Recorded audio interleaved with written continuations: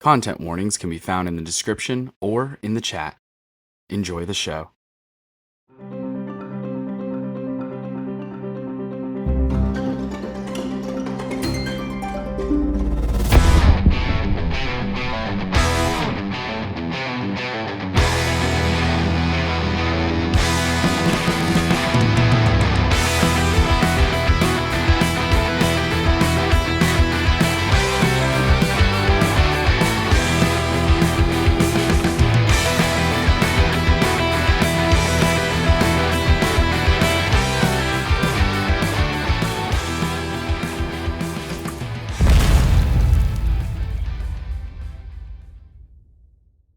Hey, gang, and welcome back to It's a Small World. I'm Justin Galliani. I use they, them pronouns, and I'm going to be the dungeon master for the rest of this session.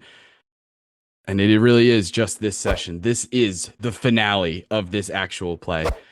And I'm so happy to be joined with our incredible players once again who are ready to just kick ass in this fucking little world that we've created together. Let's go around and do some introductions, and let's do them, I guess, alphabetically, like always.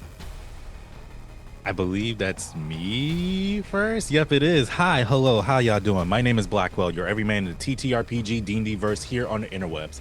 I will be playing Brobrax, your Warforged Barbarian, aka BB. Hey guys, I'm Sloan. Sloan running everywhere. He, him, and I will be playing Phil, who is a little rodent cleric. Hey y'all, I'm Spencer. You can find me on TikTok as SpencyDM. I am playing Xander, your great old one warlock. And I'm Taylor. I work with Justin on the So You Want to Be DM podcast. So You Want to Be a Dungeon Master, anywhere you find podcasts. You find us on YouTube, Instagram, Twitch, all that stuff, TikTok, all that jam. So You Want to Be a DM. And I will be playing your roly-poly Echo Knight. Amazing. Carl and Cam. I forgot to say the name. We can cut all this Let's get into it. I'm keeping it in. Yep. And let's get into it. Last we left off, our small soldiers, our compact commandos, our teensy teammates were doing big things. They stayed stealthy as they navigated through the room of living. Not only did they disarm the stink bug bomb, but it was retrofitted as a Gundam-style armor for Brabrex, maybe with a self-destruct button in place. Meanwhile, Xander, Carl, and Cam traveled through the Underdark beneath the Wayfair Mountains, fought against a necrotic fungi.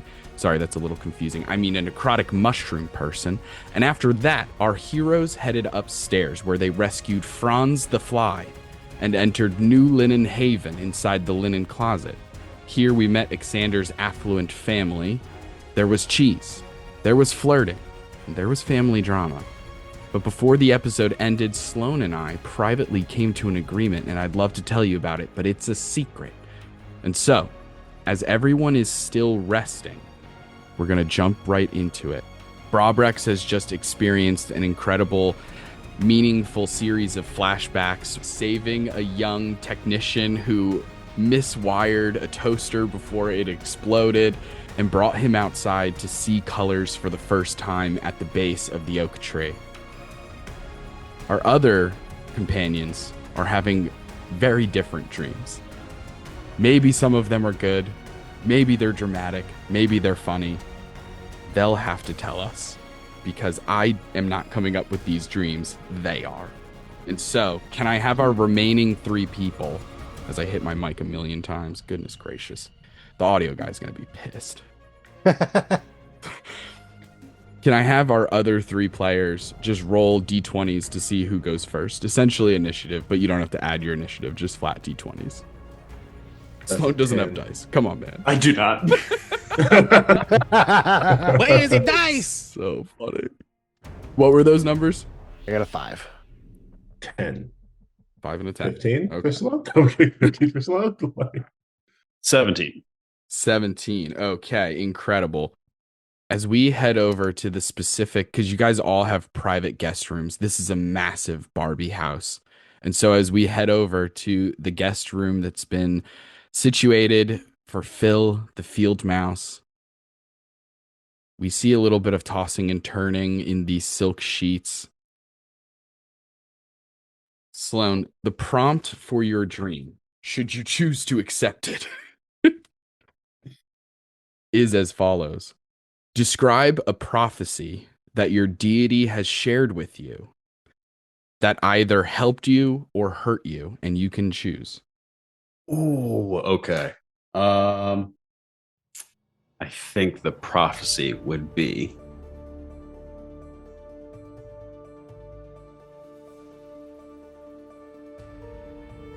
well, we already covered like the main one. Mhm. I think so. Yeah, I mean we've covered a couple, but there was the one about winter coming and Yeah. all of the not all of, but a lot of people who live inside the house, many being rodents, not heeding the call. I would say in the following years, as the rodent population was greatly diminished afterwards, at another point, growing shadows kind of spoke to him. And they called for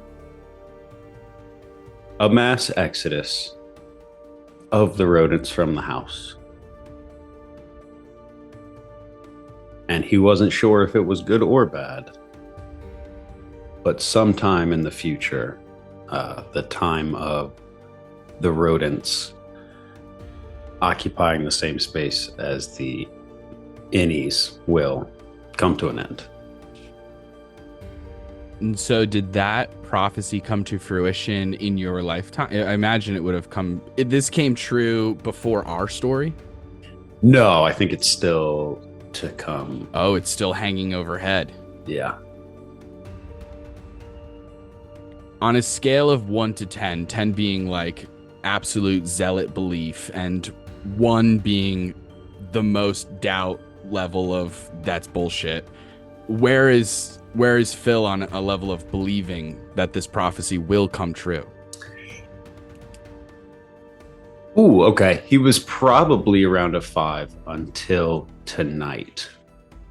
And tonight he dreams massive figures. Not the Garcia family. Larger. All wearing the same beige colors. They hold contraptions and mechanical gears. Traps and weapons of destruction laid around the house. Vapors sprayed through the walls. Just agents of death that come soon in the future. As you dream of this extermination squad, you can't help but have a strange belief for a cleric, which is, I hope my deity is wrong. And we move on to our next sleeping companion, which is Xander. Xander, you're in your childhood room. First of all, what does it look like? It's as he walks in, Xander looks around. It looks like he hasn't been there. Like the servants just keep making it up. It looks pristine. Xander never really comes home unless he has to, and so he just looks around and he just sees one lone picture, just him and his little sister. He is very protective of his little sister, and he just smiles, and then he just kind of takes his hat off and his quarterstaff and just goes to sleep. And he tries his best not to ruffle the sheets, but just as he goes down, just dust collects on the bed, and he's like, they're gonna hate me in the morning for this. Absolutely. And as you drift off to sleep, you too have a dream. And so the prompt is, Spencer, describe, it's a little similar, although it doesn't deal with the prophecy, but describe a moment where your powers or your connection to your patron, the Dust Bunny, have either comforted you or scared you?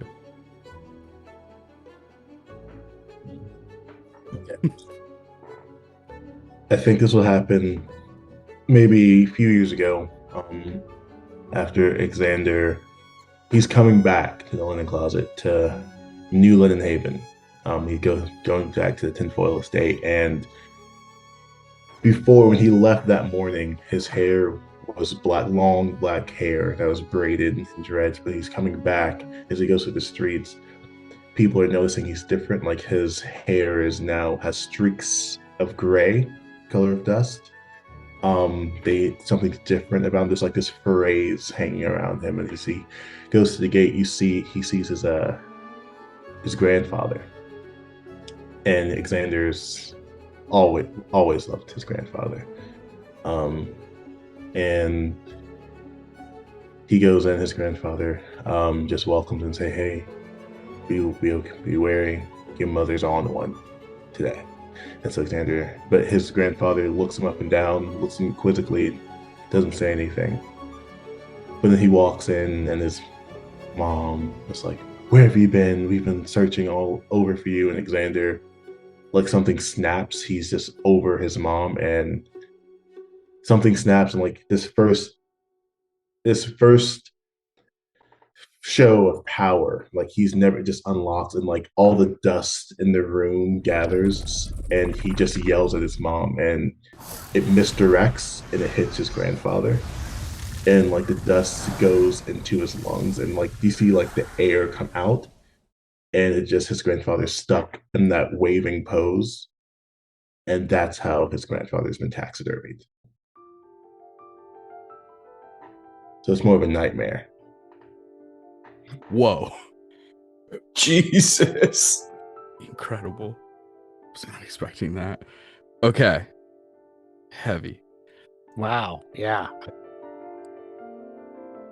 Told you, give it to me on the spot, man. No. This is perfect. It was perfect. It was beautiful. It was juicy and delicious. Do you think, was there ever a conversation between, or at least the attempt of a conversation between Xander and the Dust Bunny afterwards? I think years later, I think for a couple months, like Xander just went off, and he kind of like avoided society for a bit. But he felt that call to adventure. Then he just kind of like went to a place full of like dust, and just like kind of like summoned the portal to talk with the Dust Bunny. And the Dust Bunny is kind of like, there's an understanding like, I was never trying, that wasn't my intention. But it's almost like now you've used his power as kind of like a comfort. And like I like to say like that when he speaks to the Dust Bunny, it's his grandfather's voice, kind of like comforting him, saying, "It wasn't your fault. It was your mother's fault. But I'm always," you know what I mean? Like that's kind of like the Dust Bunny's way of like comforting Xander. Okay. And so certainly a restless night, having a nightmare. Do you think you have this nightmare often? Or is this like feel new? Or it only happens when he goes home, which is why he doesn't like going home. Whoa. And here we are at home. Ugh. In your childhood room. Wow. Okay. And we move on from there as we head to our final companion in another one of the guest rooms. I was about to say, I'm so glad I went first. Lord have mercy. It's fine. We're going to kick into the comic relief. It's fine. Yeah, exactly. It's going to come up eventually. As we go to Carl's guest room, silk sheets, curled up, probably very curled up. Maybe. I don't know how Carl sleeps, but are you in a ball? No, I've got a bed. Okay. Sprawled out. Fully, amazing. like like a 36-point star. Incredible. Amazing. All by all of the little legs. So then the prompt for you is describe a moment that either answered questions or gave you more questions about the very nature of Cam, your echo. Okay. This plan with the uh pets is not the first time that this idea has popped into Cam's head. So I think the scene pans to just outside the Lazy Susan. Yeah, Lazy So Susan we're Saloon. it's so we're outside the Lazy Susan. Carl comes staggering out, absolutely pissed. No, I'm telling you guys, I can ride that cat. I can ride the cat. Watch this. And he kind of like approaches the cat and is like, hey, Jessica, over here. And the cat like approaches. And for a good solid 30 seconds, he's dodging the paws. He's getting ready to get up into the climb. And then Jessica gets a good swat in and sends him just rolling across the room into the room of the living and immediately takes chase. Cat keeps batting him around, smacks him up under the couch for a second, and as he's passing under like the corner of the couch, Cam splits off, and instead of doing like the cool swervy moves, he bumps Carl further under the couch and keeps going so that Jessica goes after him instead. And Carl slows down, watches the whole thing set up. Jessica messes with him for a little bit, and then splat. Cam is no more. There's a moment of panic, as I think this is probably the first time that Cam has gotten killed. Mm-hmm. And so he's freaking out because he doesn't know, like he knows what happened, but not, what happened to Cam. And then Cam pops up over his shoulder and goes, I'm here to write the checks that your ass can't catch or can't cash.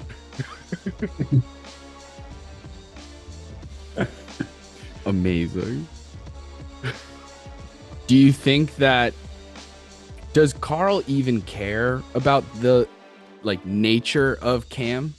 I don't think so. Does he care where he comes from or how this ability works? Is that something that Carl even cares about or thinks about, or is it kind of I'm not going to look a gift horse in the I think it's more of a not going to look a gift horse in the mouth type of deal of I've got this little friend that pops up every now and then and bails me out of sticky situations. So this is another idea that I kind of had while we were up there, or while we were kind of in the pre-show. I don't think Carl knew how to do the trapeze before he started doing the trapeze in the circus. That's why Cam showed up. He had been in the circus and doing the acrobatics and stuff, but he'd never actually done the trapeze bit, and he was gonna freaking splat on the ground, and then Cam showed up and grabbed him and saved his ass again.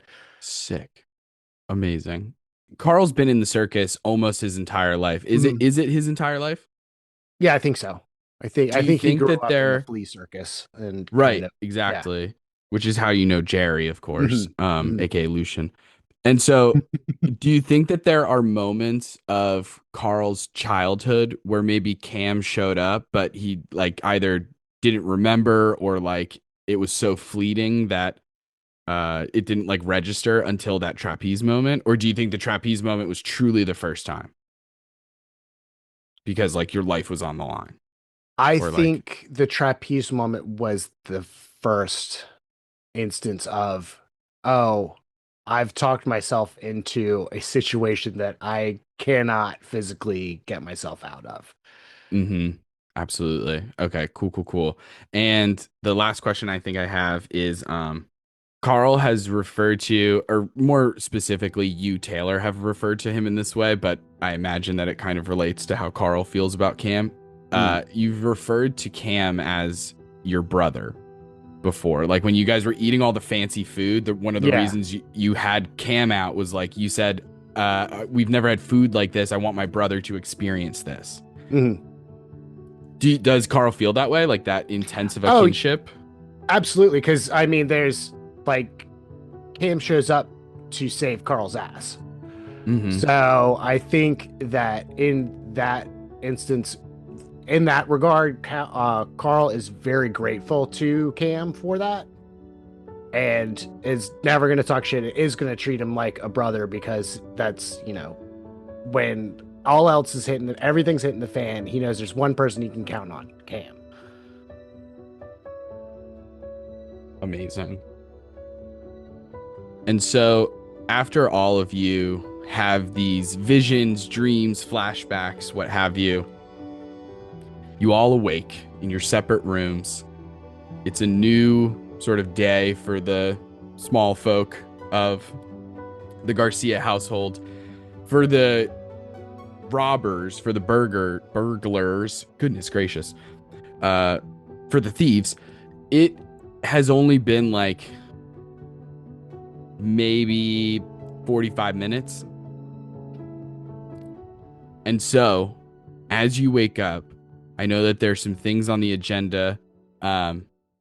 Brabrex, you had reached out to, I have his name written down. Hilgrex? Yeah, Hilgrex, right? Mm-hmm. Asking to keep an eye, to do recon essentially on the burglars. Mm-hmm.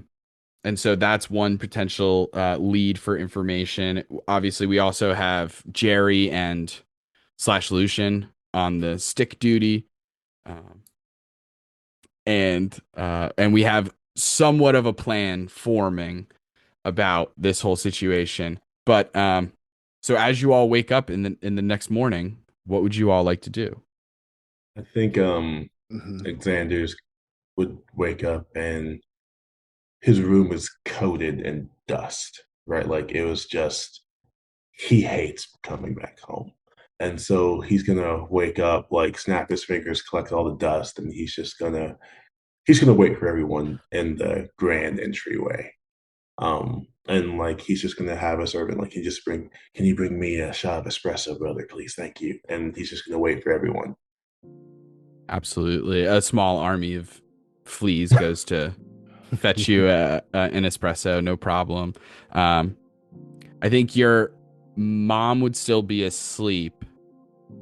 So would your sister in this moment, unless you like make it a point to like go see her before leaving. But your dad is there. He leaves early for work, so before the others come down into the Sloan being like, this guy, he doesn't know how lucky he's got it. As he comes down the stairs before your friends do, and gets a chance to see you before he has to head off early for the office, whatever he does. He does business as far as we know. He's a businessman. Yeah. He's dealing with stocks and broths and other soup accoutrement that are in the pantry towers probably or something. But he is wearing his normal like suit work attire. He has a tiny little plastic Lego briefcase with him. And he walks down the stairs and sees you and says, well, son, I know you don't like coming home,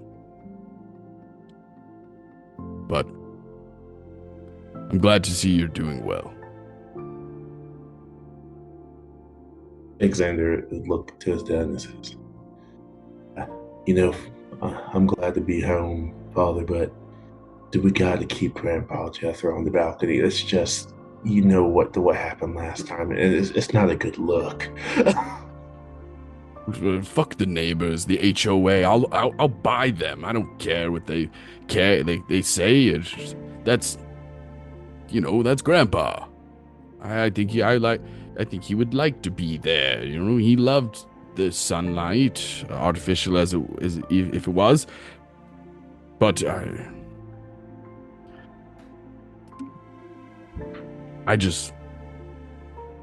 I'm not ready to let him go yet.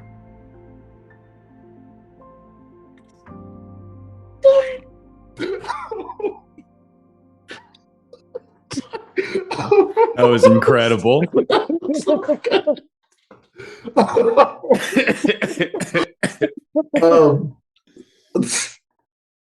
You did great, babe.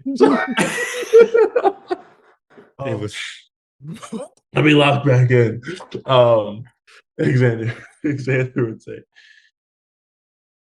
he would definitely like that, Father, but could we at least put him outside? That's the main reason why I don't come home, because I know I have to look him in the eyes and know that I did that to him.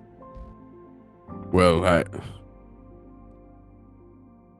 I'll take that into consideration. Maybe I'll put him near the koi pond in the back or something. Always did like the koi pond. We just had to keep him from fishing in the koi pond. He loved to fish in the koi pond. He liked it because it was easier, he said. It was as he used the expression, it's like fishing in a koi pond. And I said, that's literally what you're doing, Dad. I think the expression you're going for is shooting fish in a barrel, and he was like, that's not how I use it. You know him. But I'll consider moving him. But I think Alexander would like go in for a hug and just pat his dad's back and say, always good seeing you, Father. Now, if you ever think about divorcing Mother, I have a friend here who's interested.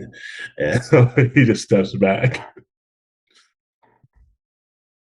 I mean, I'm mainly into women, but if someone in your group is interested, I am flattered. I really do appreciate that. The toy is quite strong, I can tell right from the bat, so that's good. But yes, I don't foresee a divorce, but it's good to know that I have options. Thank you, son, and good luck on the rest of your mission. Father, I meant if Mother was looking around for some other things, not for you, Father. Oh, I'm a little hurt by that. I'm feeling a weird jealousy that I don't fully understand. Just saying, she was making some eyes at one of these rodent fellers. Well, you're only with one rodent feller, so I know exactly who it is. He's been giving me eyeballs since I showed up. Just wanted to let you know, Father, but have a good day at work. Well, now I'm going to be thinking about this a lot. I'm leaving the house now, but okay. I have a good mission, I guess. I should be going.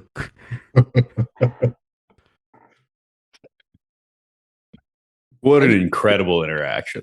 He awkwardly top to leaves. bottom. And just for clarity, can we say the koi pond is a small dish shaped like a fish filled with water? Yeah, absolutely. Okay. It was either that or it was that children's toy of the moving around little fish and even use better. A magnet thing. 100%. But eventually the rest of you get out of bed, get situated, and come down the stairs to meet with Alexander. And just before you guys leave, you hear the click-clack of red bottom shoes with alligator skin. It's morning after all. She doesn't leave her bedroom without her nice shoes. And your mother comes down the stairs, clacking all the way, as she says, "Hey, Alexander, it seems you and your friends are leaving. I'm glad I decided to get up a little early today." Phil is gonna thaumaturgy just the smell of the most obnoxious flowers and like lay his hair down. There might birds chirp in the distance. And what exactly is the most obnoxious flower I'm trying to think of? Oh, like Just the cheap bouquets at the end of the aisle at the grocery store that have been like under the misters for a little too long. Yeah. Yeah. Yep. What is that aroma? Yes, quite splendid. Well, it was a pleasure meeting all of you. And Xander, I'm glad that you came home. Your sister is still sleeping. Would you like me to wake her so that you may say goodbye, or will you be returning anytime soon? I spoke with father, and I may be home soon. But Oh, sister has she has a little gift I gave her yesterday. incredible. Very good. I'm sure it's of the utmost quality and also something that won't create too much noise or sort of a mess. No. Okay. Well, once again, it was a pleasure meeting all of you. I hope to maybe see you again in the future. Maybe next time, let me know a little bit that we'll be having guests. I can prepare some sort of food item. Maybe we can retrieve a tin of sardines or anchovies. More cheese, maybe. Exactly at this point, he's like, and mother, I think he's just gonna grab Phil. We're gonna be out, mother. We're gonna be out. I think It was very nice to meet you. I like that Magic Xander and Broadbacks are both like reaching over and just simultaneously grab Phil, and they just hoist him up like nope. Wait, we have time. I don't know why we're leaving. We have time. We have We time. have a mission. We need to go. That's my mother. She's married. And so you guys begin heading out. As you begin walking across the green satin front lawn, Xander, your grandfather, looking at your back as you go,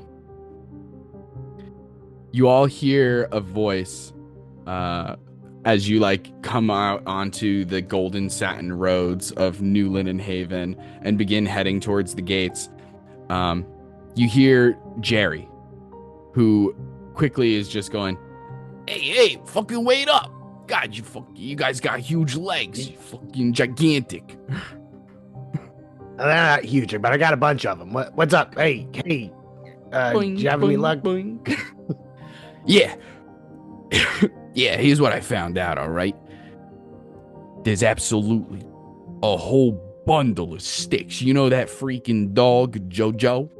Mm-hmm. Josie, Josephine, Josepher, Joe Bean, whatever the humans call her, all kinds of names. They got millions of nicknames for these freaking pets, man.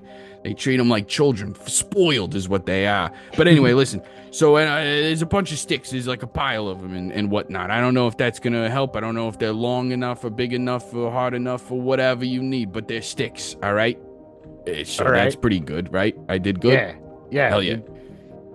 Sick. Sorry, I need validation from time to time. I have a complicated situation with self-esteem. Anyway, so they're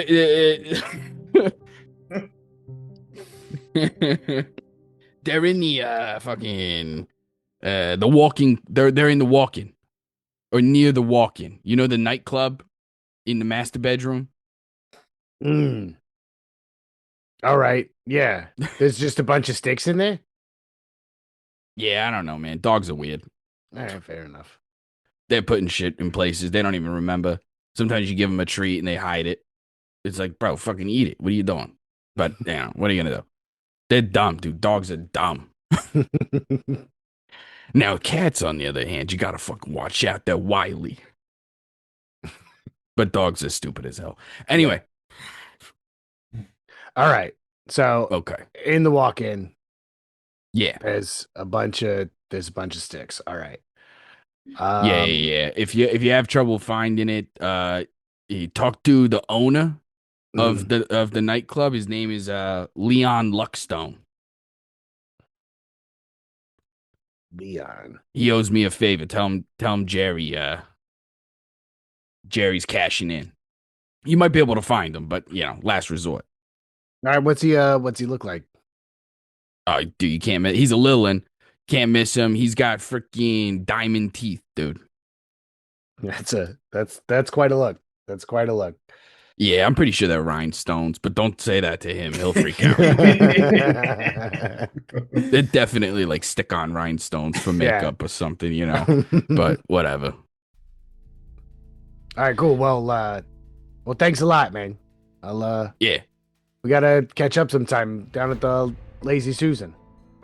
Oh, jeez, dude. The last time I was at this, you remember we got pissed drunk, dude, and you were like, "I'm gonna ride a cat," and we were like, "Don't ride the fucking cat," and you were like, "I'm gonna do it." That shit was crazy, dude. Yeah. No, we survived, haven't thank had God. times like that in so long. Yeah, well, that's because when we get together, brother, it gets crazy. But anyway, I gotta get back to work, so All good right, luck yeah. with everything. Hey, thanks. Boing, boing, boing. Bounces off. Amazing. Where are we heading, gentlemen? I think the walk-in. I think that's our only like fetch before we kick this thing off, right? We have everything else. I think so. I think on the way, like if we're going directly to the walk-in, Brobrax would contact Hilgrax to, see what the situation is, what is going on in the house, since he does not have eyes on the intruders at the moment of time. Yeah, what are Larry and Frank doing? What's Billy Bob and Or Larry and Frank doing? Well, you pull out the sunflower seed, you start making a call, and you get Hilgrex on the line. Hilgrex says, "All right, comrade. How goes it?" Currently, we are on our way to the walk-in, and at this point, Brobrax's voice has changed again. Like something during stasis has made his voice change. It's also me being like, I don't remember what this man's voice is. So we're just going to say his voice has changed. But it's only been 1 week. But I think Brobrax would say, we are doing okay. We are doing all right. What is the situation? Where are the intruders located at right now? What are their coordinates? What are they doing? All right, well, right now, I know that there's one downstairs, right? He's in the room of study, and he's checking things out in there. He seems to be surfing the web. I don't know exactly. He's using that big machine that the others use. He's checking things out. He's watching videos. He's laughing a lot. He doesn't seem to be a huge threat, but still, he's gigantic. Now, it's the other one you need to worry about, because you said you're heading to the walk-in, is that right? Yes. Copy that. Unfortunately, I have reason to believe, or rather, I've just heard word from a new agent, somebody that we just hired recently on a sort of need-to-know basis. Need to I know might be able to- basis. Who is this? He's a new recruit. We've started a new program, sort of a charity sort of thing. His name's Franz. He's an elderly man, but we've put him on the case, and he is literally a fly on the wall. We have reason to believe that this other intruder is on the second floor inside of the master bedroom. He's currently... Hold on. No, Franz. No. Yes. Stay there. Stay there. All right. Thank you. Keep it up. Yes. Right now, the intruder is currently going through the drawers, the armoire, the dressers. He's looking for some sort of valuables or whatever the Garcias hold dear. There is a way for you to get into the walk-in, but it will be dangerous. You must use either stealth or cunning or distraction of some sort. If you need me to order Franz to sacrifice himself, I will do that. Honestly, he's probably got a couple hours left, but that's just, he's a fly. But I think Brobrax is going to look at the phone, and I imagine the phone is like on speakerphone, like it's on speakerphone for everyone else to Let's hear. keep that as a plan B. I don't relish the idea of sending a poor guy to his death.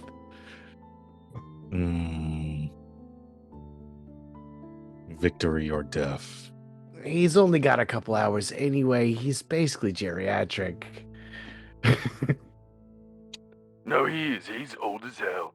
He actually Yeah, retired. He I was a feel- life insurance agent. He retired, and then he got bored, and he was like, I need a hobby. And so we picked him right up. Xander's going to be like, and you thought this new initiative, Franz, was the best candidate. He's incredibly charismatic. Have you met him? We have. Actually, yeah, we Unfortunately. have. Oh, you guys know Franz? Incredible. Then you know. I don't have to explain it to you anymore. You already know how potentially incredible he is. Hilgrax, we will keep that idea in mind. Keep eyes on the target that is in the master bedroom. We will sort out a way to distract them. If anything, maybe the dog or cat. We'll report back to you as soon as we can. Roger that. Over and out. So sorry to cut up. Should we process a long rest? I just want to make sure I should. Oh, be doing yes, this. yes, yes. Okay, Sorry. cool. I just want to make sure I should be doing this. Okay. Yeah. Click the buttons, erase the things depending on how you keep your character sheet. Amazing. So you have this information that Frank is still very much downstairs. Seems to be he's logged on to the Garcia family computer. He's watching the he's So watching- You Want to Be a DM podcast. Yeah. he's watching the podcast. which is he's hilarious watching because the actual plays. Yeah, he's watching the actual plays. He's watching the So he's a You Wanna member Be of the a DM. Patreon. He's Mhm. actually a really good guy. Absolutely, He's yeah. fell in hard times. That's why he's doing this whole thing. But yeah, Mhm. we know Frank. But Larry, that piece of shit, Larry is in the upstairs master bedroom, the room that you need to pass through in order to get to the walk-in closet. Well, let's go. Yeah, I mean, we just got to get over to the walk-in. How long of a distance are we talking here? Well, luckily the upstairs is not very big. It's literally like when you exit the linen closet, it's like for you guys, it's probably like 100 feet to the doorway. But then from the doorway to the walk-in closet, maybe 200 feet. And so are you guys planning on going after Larry on the second floor where you guys already are, who you know is kind of currently like going through things, is pilfering through drawers and looking under the bed and all those kinds of basic burglary things, and where the walk-in closet is? Or are you guys going downstairs to try and get Frank first?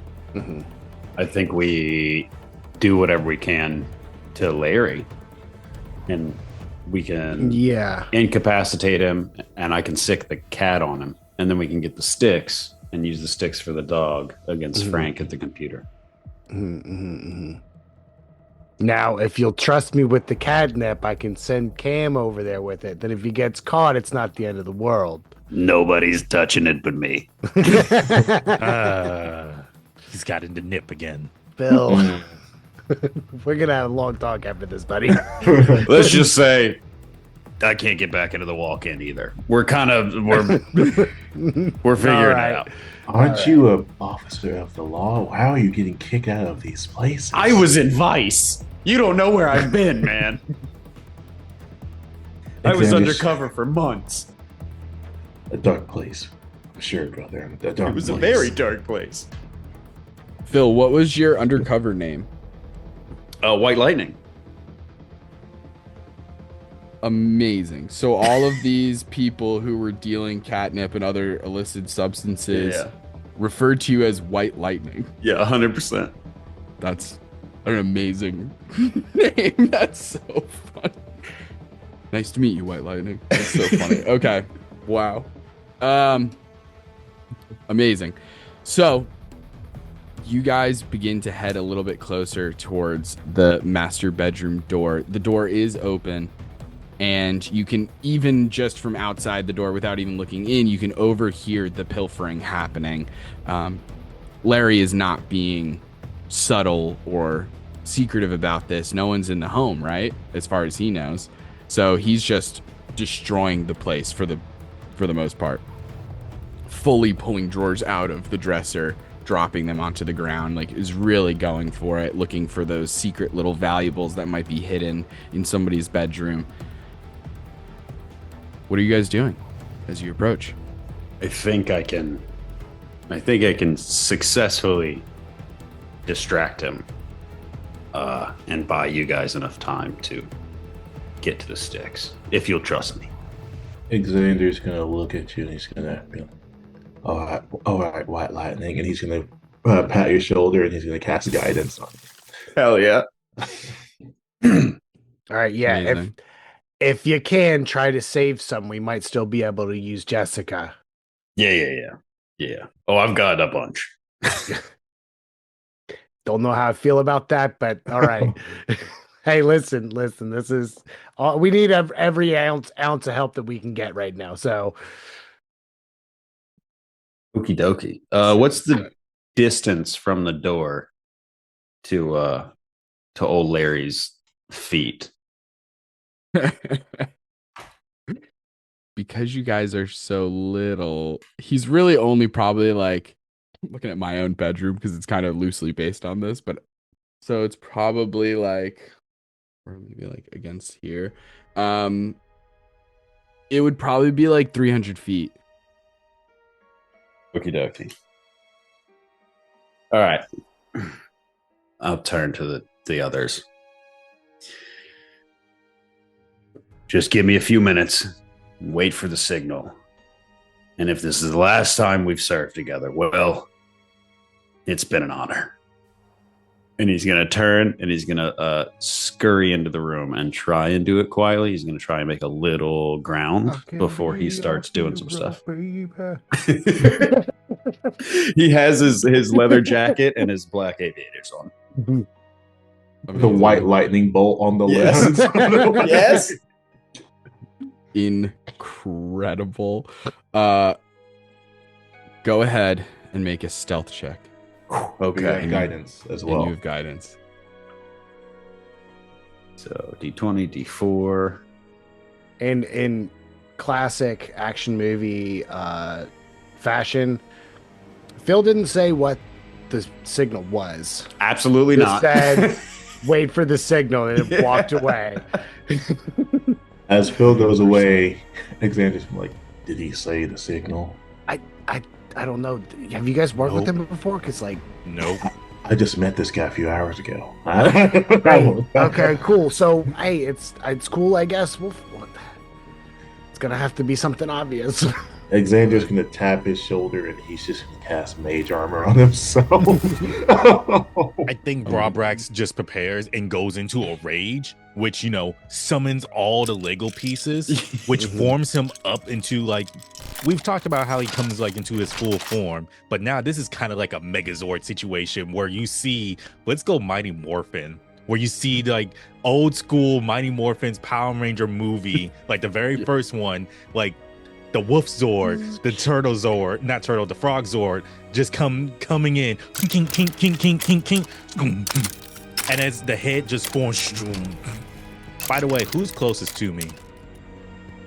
It's up to you guys, but it would either be Xander or Carl, because technically in Theater of the Mind, both of them are equidistant probably, so it's kind of your call. Carl take, because this is something we do, 11 points of temporary hit points. Sweet, Incredible. Because World Tree, baby. love that. Thanks, buddy. World Tree is great. Amazing. So as Xander suits up, Brobrex suits up, Carl hanging out, extra 10 hit points. Any other preparation from the three of you before we switch over to our fly on the wall cam, and as we look down on on Phil? I think Xander, he's gonna take out his quarterstaff and he just whispers in elevation. You see the staff starts to glow in their preparation. Incredible. I think at this point, you know, the weapons have caught up. Funny enough, the greatsword is on time for once. It's like first one there. There's a little dance like, hey boss, I'm here. Amazing. And with that, we look inside of the camera, sort of wraps around the door, staying low so that it's at your guys' like eye line. And as it's sort of following along with Phil, it peeks up to the wall, and we just see a very old fly hanging onto the wall. Hello. Hello. Oh, you're being sneaky. Sorry. Sorry. Phil, what did you get on that stealth check? 17. That's huge because Larry has a passive perception of 16. Oh, shit. So that's Wow. pretty big. Wow. Wow. Okay. Ooh, thanks for that guidance. Huge. Mhm. You sneak up, and sure enough, he is so into what he's doing that he doesn't notice a small field mouse approaching. Okay. I get right by his shoes. I reach into the coat and pull out the kilo size of catnip. Mm-hmm. And he pulls out a small switchblade. He cuts it a cellophane wrapper. And he takes a handful. One more for the old days. And he just hits it as hard as he can. Oh, And then shoves the handful into the guy's shoes. Okay. And then I'm going to cast Thaumaturgy again and cast it out of the room and down the stairs. And it's going to make the noise. Amazing. And then I'm going to use my cleric ability to blink back to the door with the boys. Hell yes. Is it? I guess you coming back here is a sign, or is I everything? just Is that the signal? I move back. You guys can see the faces covered in catnip, and the pupils are dilated. He's like, "Cat's coming. We should hide." And just What do Gonna you hide mean against the the wall. cat's coming? the cat's Yup. coming. We gotta go. Time to go. Yeah, I think now Amazing. we run towards the walk-in, right? Yeah, because where you guys are standing, Jessica is going to have to pass Mhm. by that Mm, area. So, I think as Phil is like, pops back in and he sees all this. I have a water skin. He's going to splash Phil in the face. Get yourself together. Get high later. We got a mission to finish. Come on. Okay. incredible. Still blasted. Yeah. Yeah. You guys begin to head off from the doorway towards the walk-in. It's a straight shot. And once you're in there, you have much more cover because the way that my walk-in is designed, which I'm basing this off of, you walk into the doorway of the walk-in closet, and then there's like room past that. So it's like there's much more cover logistically. And as you are rushing past there, I'm gonna need stealth checks from everybody one more time. As Jessica, myself some you guidance. can hear Jessica rushing up the stairs. As you just hear at the bottom of the stairs a pretty recognizable meow. Shit. So, 19. 19. Incredible. what am I doing? I'm just actually Natural 19 plus 1. A dirty little 20. 13, Ep.4. 16. Okay, amazing. 24. 24. Incredible. Because I have a I will plus 6 say- to my stealth. That's awesome. Typical barbarian. No, I'm just kidding. I said, give me a dexterous barbarian who can, lock pick and yeah. also hit that stealth. So as a group, you guys absolutely managed to stealth past Larry. God damn, Frank first floor. Stealth past Larry as you make it into the walk-in closet.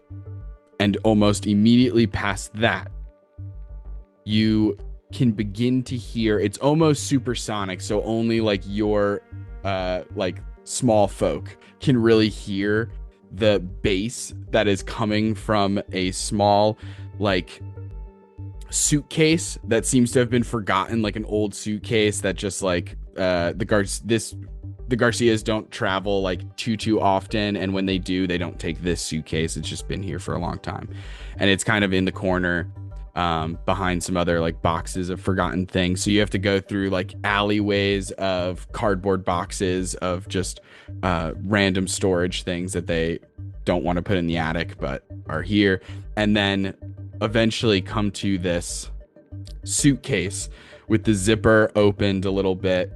You see a like Hercules beetle kind of vibe, a very like big, muscular, shiny shelled beetle standing at the doorway, and he is the one who kind of like pushes the zipper opening up so that you can get through. And you see that there's like a line of some people. People are exiting the place. It, for all intents and purposes, it's like for the small folk, it's morning time. And yet the club is bouncing. It is bumping. It is grinding. Things are happening. And this gigantic beetle sees you all. And I'm going to make a check about it really quick. Odds. Sees you, Phil. White lightning. Right. As he goes, I can't believe it. White lightning, you're back. As it My cuts, God. Phil has the shaded aviators on, and he's just bumping, and he's doing a thing with his fingers in front of his face. You're right, baby. We're here to fucking party. He walks to the front of the line. Hell yes. There's a couple of people who are like, hey, wait, what? They're cutting the line. And the big beetle's like, hey, shut the fuck up. Do you know who that is? That's White Lightning. You rascals. Get in here, buddy. And he opens the zipper and lets you all inside. As you all head inside, you see this place is very dark on the interior of a suitcase, as one would imagine. But there does seem to be a bunch of firefly dancers in like go-go dancers in like little glass jars, like go-go dancers in like cages kind of vibes, just going crazy, shaking their booties, and it's just lighting things up a little bit. And then there's like a DJ Lilin up on a little bit of a stage, and it's just one of those, this is like a deep cut technology 90s kid kind of reference, but it's hit clips. If you remember those, where it plays one song or something like that. It doesn't even play a whole song. It plays 15 seconds of one song. So short. The song is constantly changing. He has a huge stack of them, and he's just changing the songs every few seconds. Incredible. But it's great music, and the place is pretty crowded. It's dark in here. There is a bar situated along the back wall. They're serving all kinds of crazy cocktails and different, maybe illicit substances. This is not necessarily a up to code nightclub after all. And White Lightning, you would know that the owner's table sort of roped off. It's really just like shoestring, but like is roped off area is a little bit raised up, and that is where you would find Leon Luckstone. I just start heading that way. And for the listeners at home, if you just want to groove around, I just put Blue by the Eiffel 65 on in the background of my headphones because that felt like it made sense. So that's what we're jamming to.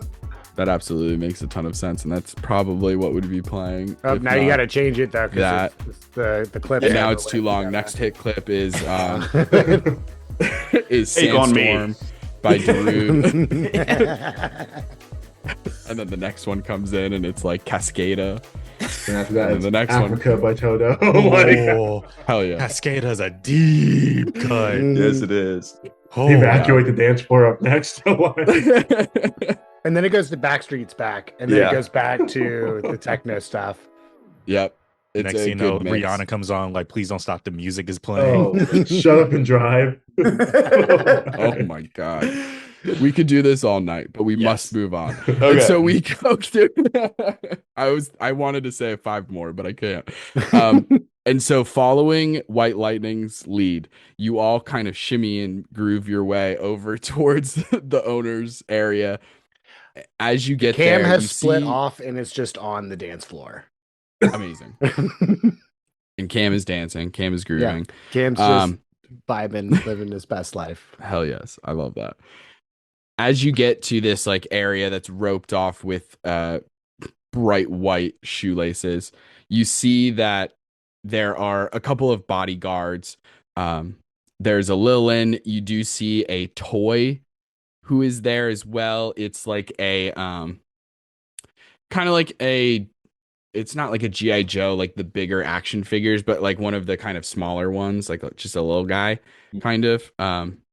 Just holding a full like plastic AK-47 just like in his arms.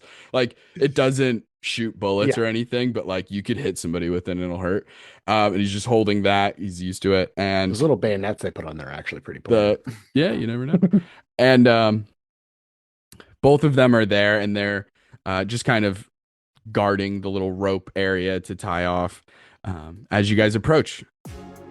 Oh, Phil's lost in the song. I mean, he's made it there, but he's not. He's dancing.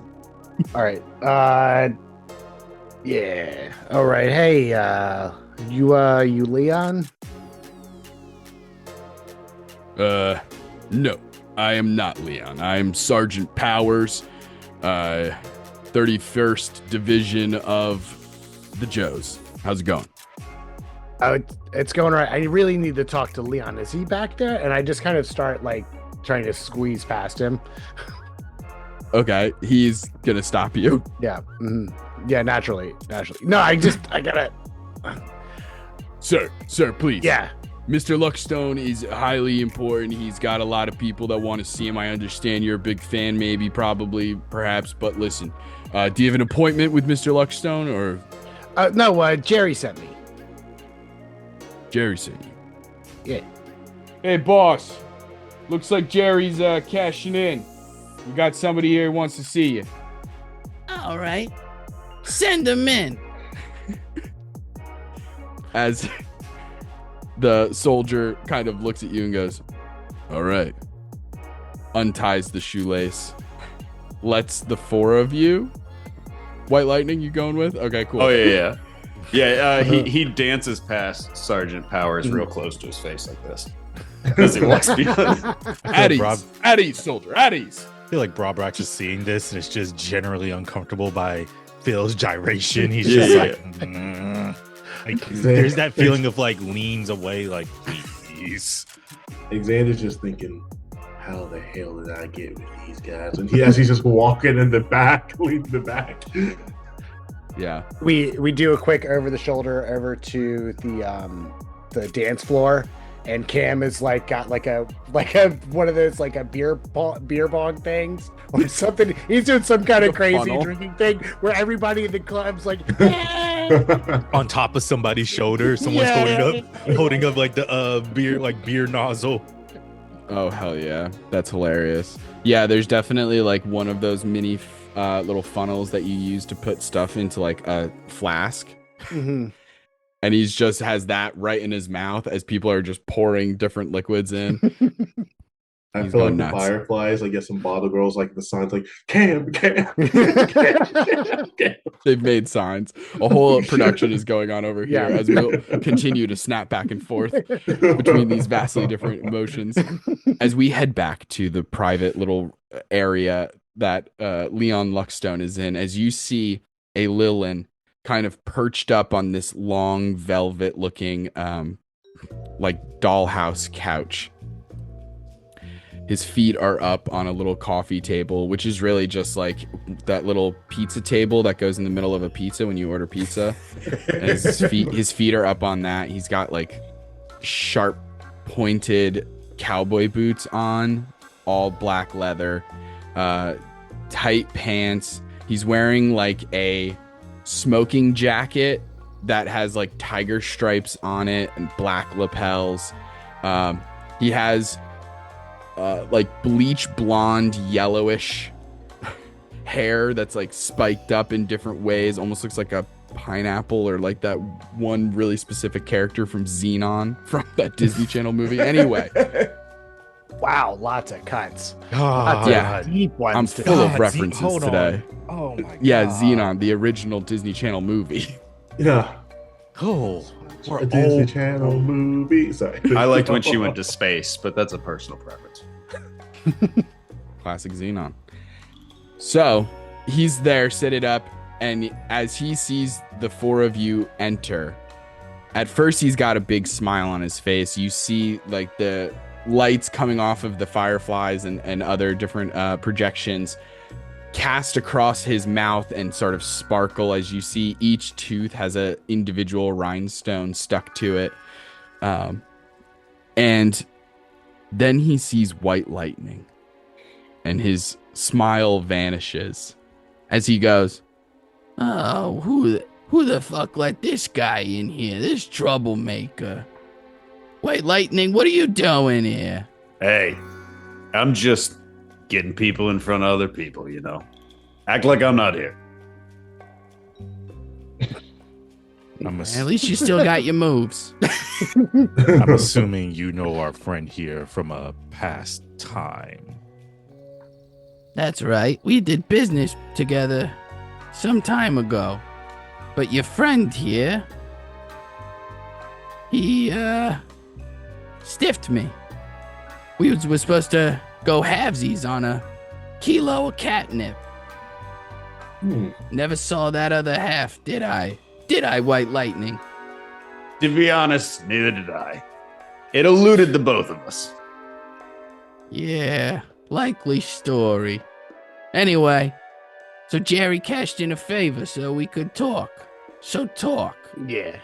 All right. So, this is gonna be a really odd request, honestly, if I'm being perfectly honest.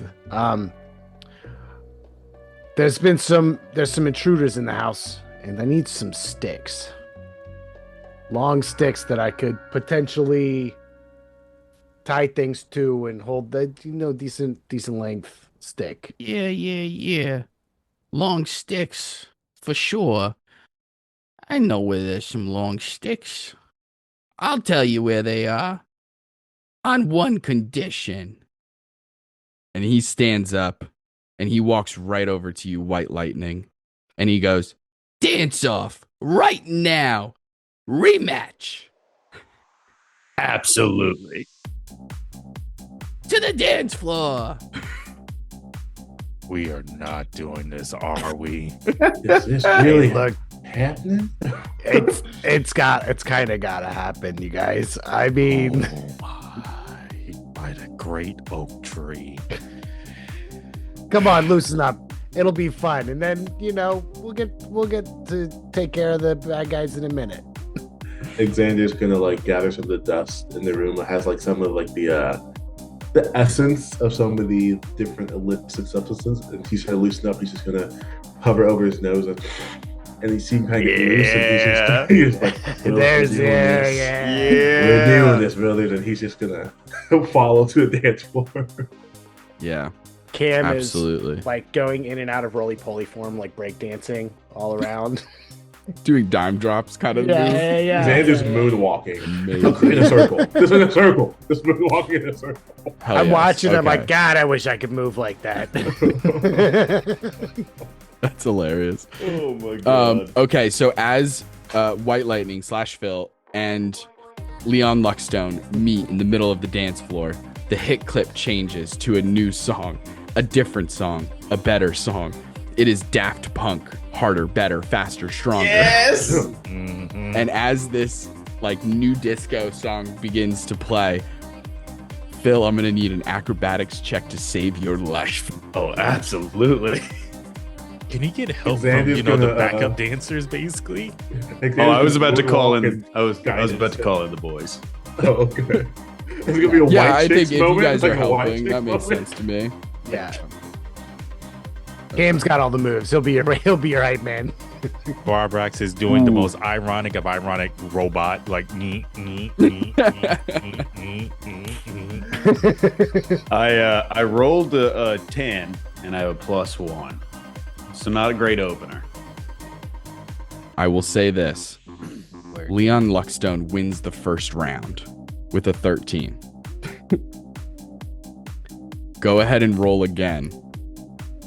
I'm gonna look over at him. You know what, Luckstone?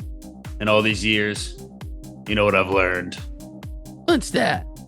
You never go it alone. And he peels the jacket off, and he whips it around his head, and he's gonna throw it at Cam, and tag him in as Phil Moon walks off the dance floor. Hell yeah. Amazing.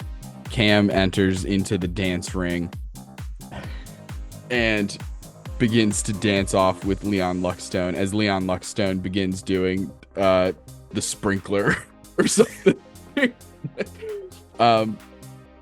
Go ahead and make an acrobatics check for Cam. You got it. Oh, there's a crowd that's just following Cam. Just like, Cam. Wait a minute, Yeah, you yeah, guys yeah, work he's- for me. What the fuck? Cam's already got a whole group of fans. Cheering section. It's yeah, like a conga line absolutely. going on. Yeah. Oh, it's a 17 plus 8. Let's go. Yeah, that'll do it. You made it seem that bad. I was like, oh no, I only rolled a 7. Okay, Let's so go. The fighter definitely a got some success. moves. It all comes down to this. The final roll. Best 2 out of 3. Go ahead and roll one more time for Cam. Just a flat 10, so 18. Okay. Still beats a 16. Jesus.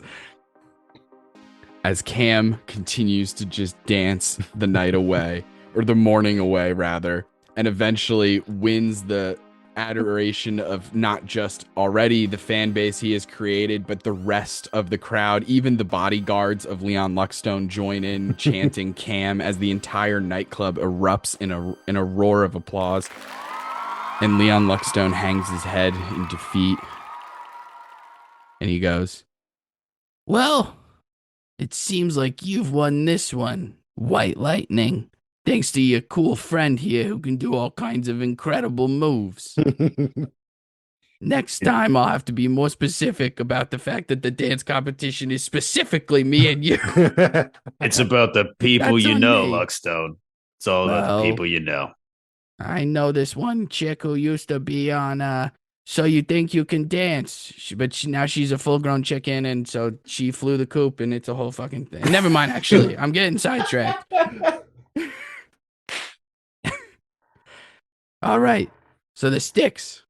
Once you leave the nightclub, you're going to head along the wall, and eventually you're going to pass by this large box, right? It's full of sand. It smells like shit. it's the cat litter box. And then what you're going to do is there's sort of in the closet area, there's a bunch of long coats. And hidden underneath those coats is a bunch of sticks. All right. Well, let's get to it then. All right. Well, we'll have to dance again, White Lightning. Hey, Luckstone, until next time. And I'll pull out the half kilo and I'll toss it at him. Now we're square. All of it? All of it. He's going to bump the jukebox on his way out and switch it to What Is Love as they groove out. What is love? Amazing. The crowd is very reluctant to see Cam leave. Very reluctant to see Cam All right, leave. Cam, we gotta go. There's also Carl. There is a bunch of people who are also just confusing you for Cam and just being like, Cam, just like around you. And it's very awkward and stiff of the dance moves. Oh, he's tired. He's not good at dancing anymore because he's tired. He's been dancing so hard. Oh man. And you guys leave the nightclub. You head across the wall you pass by this cat litter box, and then finally the way that the clothes are hung, any like dresses or long coats or anything like that, they almost touch the floor, and so it kind of hides some of the stuff there. But you manage to go there and you find 3 long sticks, long enough for the purposes of what you're trying to do. Mhm. So you have those. What is the next plan? Are you going to try and take Larry out now? Jessica should be on his heels. Any Yeah. minute. Yeah, and we can get the dog. If we can get the dog up here, we can probably use Joe as well. Or should we save the dog for downstairs? I mean, honestly, we could just ride the dog once we get it up. That's here. true. I mean, Yeah. Okay. So the You guys- dog treat that we have is like a milk bone, right?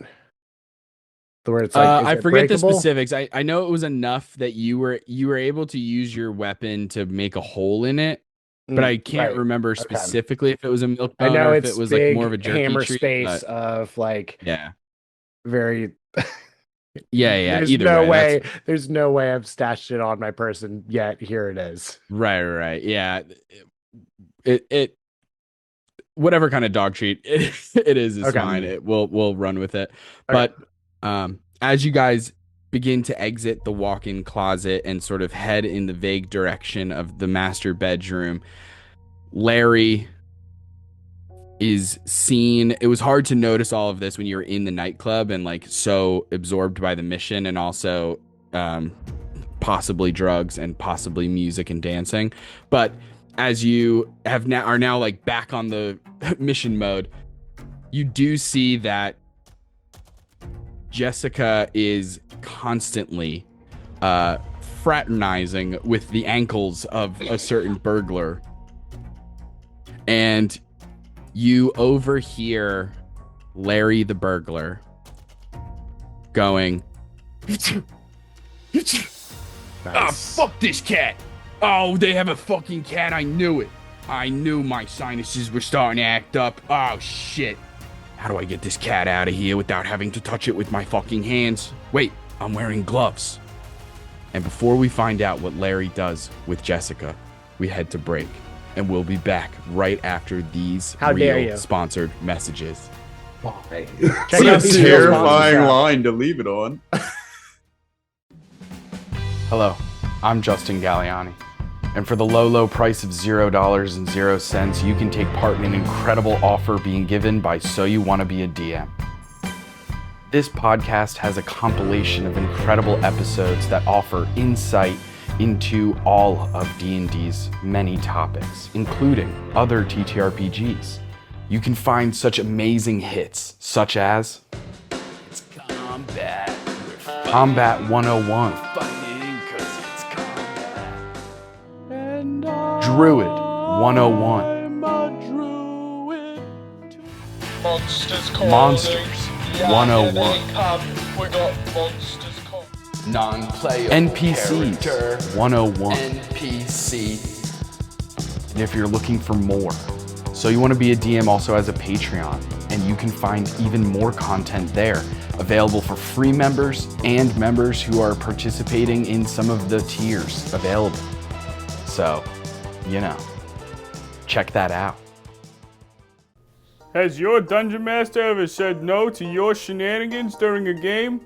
Well, with Galliani and Hellstrom, they can't do that. If your DM denies your fever dream interpretation of the rules, then you're gonna want Galliani and Hellstrom in your corner. So just email us at soyouwannabeadm@gmail.com, or you can search for So You Wanna Be a Dungeon Master anywhere you find your podcasts. And remember, if you're not having fun playing D&D, something's, wrong. I have DM dysfunction. I have DM dysfunction. I have DM dysfunction. A recent study published by the Bardic College of Lore claims that 69% of dungeon masters suffer from DM dysfunction, or DMD. This condition has more facets than your favorite polyhedral. Some have reported burnout, writer's block, issues with balance, or inner party problems. At So You Want to Be a DM, it's our mission to not only fight the monster-like symptoms of DM dysfunction, but to treat the very cause of it. To do this, we implement auditory technology in the form of the podcast So You Want to Be a Dungeon Master. By listening to the tips and tricks provided by Justin and Taylor, DM dysfunction can become a thing of the past. I've been a listener of the podcast for over 4 months now, and I don't have to worry about DM dysfunction anymore. And I just DM'd my first homebrew world, and I didn't have to worry about DM dysfunction. With all the So You Want to Be a Dungeon Master content that I consume, I'll never have to worry about DM dysfunction ever again. And neither will you. Check out So You Want to Be a Dungeon Master. You can talk to your doctor today, or you can find So You Want to Be a Dungeon Master anywhere you find podcasts. Listening to too many episodes in a row can cause excessive imagination, lucid dreaming, lactose intolerance, and character death. Sorry, not death, character depth. And remember, you don't want DMD, you want D&D. And we're back. And the gang's all here. Last we left off, our players have gotten all kinds of interesting equipment from across the house, the most recent of which, a bunch of sticks. They danced their way to said sticks at the walk-in nightclub and are now entering back into the master bedroom as Larry, one of the burglars, the meaner of the two, is currently having a sneezing episode because apparently he's allergic to cats. And Jessica is sort of meandering through and around his ankles because of the catnip carefully laid from White Lightning / Phil. And we pick up kind of right there as you guys overhear Larry remembering that he's wearing gloves, and so he technically can touch the cat. As he is like, all of this is kind of happening simultaneously. You see that he is considering, as he like looks down at the cats, he remembers that he has gloves on, and he kind of glances back towards the door, like he is going to pick Jessica up and just put her outside the door and then just close the door, which most of you would be able to maybe fit under the door or find a way through in different ways. I'm now remembering that all of you are either really small or have teleport abilities. The door being closed probably won't be a big deal. Never mind. But nonetheless, that would remove Jessica from the equation if you want her to be here. So, as that is simultaneously beginning to happen, as Larry is starting to make moves on Jessica, what are you all doing? Xander's gonna be like, y'all trust me? 100%. We're doing a lot of trust on this mission, but okay. But have you died yet? No, if it kills me. No, like, Justin, would you want to try something? Uh-huh. I'm going to say this. It's normally an attack, but let me cook. Okay. The allergens from the fur technically could be identified as like dust. As he goes to pick it up, how far is Xander? Is Xander within 120 feet? No, not from the threshold of the closet and the bedroom. You're probably like, you're pretty far actually. You're probably like 500 feet. You have to get a lot closer. It's So possible. then- I mean, like, not to mention if he does successfully, because he has to still get Jessica, and I can tell you guys above board, Jessica does not like being held. So he has to even get Jessica. So there's some time you have, and also if he even gets her and picks her up, he has to walk towards you guys sort of to get to the door. So there's opportunity built in. Xander's gonna get close enough to, like, as he reaches down, he's gonna take some of the fur as he gets closer and like shoot into like orbs and shoot 2 Eldritch Blasts into his nostrils as the allergens go into his nostrils and make him sneeze. Incredible. Sick. First, I'm going to need a stealth check. I'll say with advantage, he's very distracted. I'm going to give myself guidance just in case. Okay. Oh, 17. Amazing. We know that we need to be beating a 16, so that's good. So you managed to definitely get close enough. Absolutely. Now I'm going to need 2 attack rolls. Okay. Yeah. Dander is definitely a part of dust in many different regards, so that totally tracks for me. Makes a ton of sense. 2 Eldritch Blasts. The first one's a 23. That'll hit. The second one is a 22. Okay. Both of those hit. Are you attempting to cause damage, or are you strictly trying to cause a sneezing fit, essentially? I'm trying to cause a sneezing fit so he doesn't pick up the cat. Okay. As Larry bends down to try and pick up Jessica, you overhear him just going, "All right, piss, piss, piss, piss, piss, piss, piss. Come on, cat. Come on, you fucking cat." I'm pretty sure that's what cats like. They like when you say it like that. Is trying to pick up Jessica. You blast these 2 Eldritch Blasts like from a distance and manage to coalesce the dander into the dust and use it to projectile rocket these 2 allergy blasts up his nostrils, both successfully hitting. That was the right and the left. Yeah. Absolutely. It's like mace just Yeah. He absolutely I rolled the saving throw just to see kind of like how bad it was. He absolutely begins sneezing. He starts getting into a massive sneezing fit as you hear him begin a string of expletives as he is just fuck these cats. Is there a window in this room? There are 2. Yeah, there's one if the door's right there to the stairs, and the rest of the second floor, right, is like back diagonally this way from me at least. There's a window here, and there's a window on that wall. This window here, you would have to walk right past him, kind of. It's much more dangerous in terms of stealth reasons. Much more dangerous to get to this window. That window is not only easier to get to from a stealth perspective, but also from a logistics perspective because the bed is up against the wall. I would like to, while Xander is doing his nostril damage, I would like to curl up in the wall and cross the floor as fast as I can to the bedroom door and try to close it. Interesting. Okay. You begin rolling towards the bedroom door as fast as you can. As you do, I am definitely going to need an athletics check to try and close this door.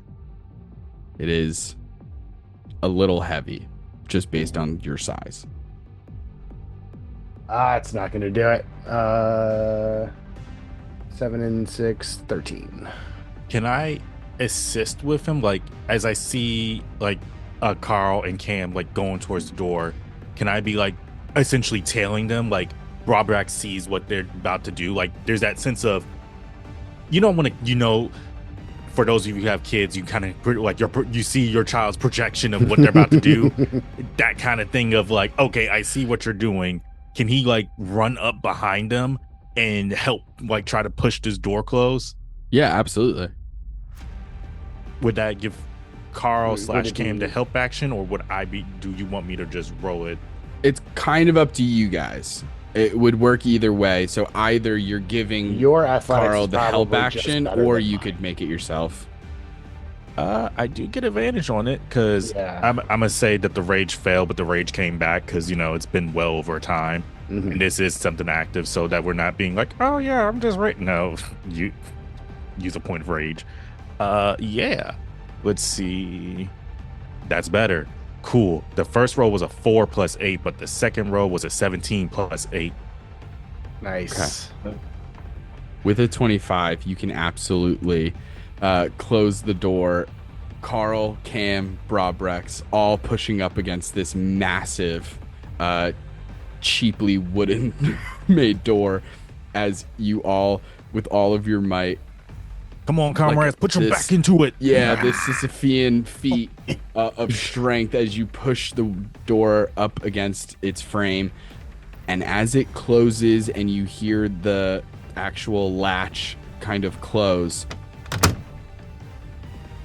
I am going to say that will alert Larry that something is going on, as he will definitely hear the door close. Even over his absolute crazy sneezes?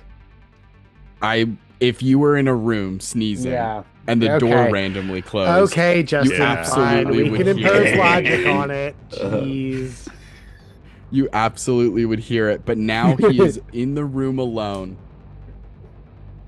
I'll treat the sneezing like this. He's going to get disadvantage on initiative, but let's roll for initiative. Let's go. Speaking of and initiative, I rolled a nat 1 immediately, so he doesn't need disadvantage, but that's the sneezing absolutely taking effect. 13. Dirty 20. 21. Yeah, just a heads up. Rollmydices.com does not let you down. So just so that we're all, I don't think we can hit point this guy down, right? This has to be like an incapit. That word. Well, it's like, so the way above board, the way that it works is he does have a number of hit points. It's not like 1,000 or something insane, but the way we're treating it is when he hits 0, he's probably not going to die, but he'll be like, he'll leave essentially. Okay. When he hits 0, he's like, I got to get the fuck out of here. And he'll just dip is kind of the vibe, you know? I have a 20. Funny enough, alert allows me to change my initiative with any willing person. Yeah, absolutely. So there's something that there's a big ball play that someone wants to do. Oh, I'm willing. I'll give it to you just so you can go first. Yeah. Oh, no. I don't care. Not me. Like, if there's something that someone here outside of me wants to do, I have an idea, but if someone wants to do something, I can switch right now. Just because I think it would be very Home Alone-ish. Do we want to try and push this dude out of the window? I kind of want to push this guy out of the window. My plan is to hit him with the hammer to shunt him into a different timeline for us to set up to knock him through that window. Let's do it. Yeah, I was just gonna go with the keep making that boy sneeze while y'all do the big thing. My hammer also has push on it. As long as I hit them, I can push them 10 feet. Well, no, he's a large. This is considered a Colossus creature, right? Right. Yeah, he would be as big as it gets. Between Xander and Brobrex, who would like to go first? From earlier. I feel like just because you both got 20s. What's your dex? Because I feel my straight dex is a 16. Mine's a 17. Okay, well then Brobrex goes first. Okay. How far am I from Larry? So, in the time that this fight has started, we have Carl and Cam and Brobrex right by the door. We have Xander, who's definitely the closest, because you have to be, whatever the biggest range is on Eldritch Blast, you have to be that far away, right? So that's how far you are away. And Phil is probably the furthest away at this point. So I will say, Carl and Brobrex, you guys are probably legitimately 250 feet away. 250. I only have a speed of 40. Let me see. Yeah. I will say this, Phil, you are kicking us off actually with the 21. Okie dokie. I'm going to take my full movement just to close some of the gap in his general direction. As you begin rushing out into the open carpeted area, Larry is still kind of sneezing. He's, what the fuck? How did the door close? Oh my god, there's bugs, there's mice. What is this place? And he is starting to freak out a little bit. Sick. Okay, yeah, for this turn, I'm just going to cast Blink on myself. Nice. Okay. So, as I end this turn... 15. Cool. So I poof into the ethereal plane until my next turn. Amazing. Whoa. Okay. Yeah. Larry sees that happen and is like, okay, what the fuck is this? And just for flavor, because it would be a free object interaction, you see him take out a hammer. Oh, God. Oh, no. And that brings us to Brobrex. Cool. So you say we're like 250? Yeah, give or take. I'm like willing to play with a couple dozen feet here or there, but give or take 250. So when it comes to my laser rifle, it says 100 feet, then there's a slash 300 feet. Is 300 feet like that's when you're shooting at disadvantage? Yeah, anything between the first number and the second number is disadvantage. Past the second number, it won't work. Cool. Thinking. Well, we're first going to like essentially where is there cover in this room? Essentially, like, is there a way for me to like advance forward but find cover? Luckily, in this room, a lot of the furniture for the bedroom, at least specifically, are kind of like mid-century modern. So none of the dressers touch the floor. It's like those thin, spindly little legs. So you can go underneath a lot of the dressers and stuff. And luckily, right by the door, you can see these books resting on it, is a small dresser. Okay, we're gonna move our way there to the small dresser. Like, as long as it's still like making like advancement towards him to close that 250. A million %. So we're gonna do that, and once we're like perched up on it, like, you know, using it as cover, we're gonna peek around, and I think Brobrax is gonna take aim and say, "Hey, you son of a bitch, you on my property by the great oak tree. Leave." Amazing. As you fire off, as we kind of zoom out a little bit to Larry's perspective, we hear leave. and then a blast of laser energy shoots out from underneath this small dresser. And it's coming from the Wolf Gauntlet too, like, because again, it's the Mighty Morphin Power Rangers Megazord, the Ninja Zord. So it's just like you see this bear, and because isn't it like the bear and wolf? They make the arms. So yeah, he raises both of the arms. Boom, and I think I get 2 attacks. Let me make sure. The level that you're at should be 2 attacks, I imagine. Yeah, I get at an extra least attack. a 5th level barbarian. Yeah. Right? So so you get 2 attacks. It's all he's gonna raise those arms and boom, boom. Amazing. And this is at disadvantage, correct? Yeah, for this first round, it would be at disadvantage. Cool. So that was a 16 and 17. So 16 plus. Oh, on the dice. Shit. 16 plus 6. That is 17, 18, 19, 20, 21, 22. Absolutely hits. And that's the first attack. Now the second one, because we're just going to do this all at once. Justin's like, that just hits. I'm like, oh, here we go. Which is, so the highest is 18, the lowest is 17 plus 6. Jesus. This dice is rolling amazing. Yeah, that'll hit. So that's 3d8 plus 3. So let me just go ahead and do 6d8 in total to make it simple. One moment as I find all my dice. Yeah, Justin, give him a moment to find all the dice he has to roll.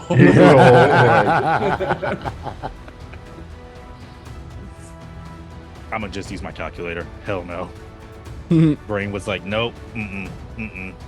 Plus, there we go.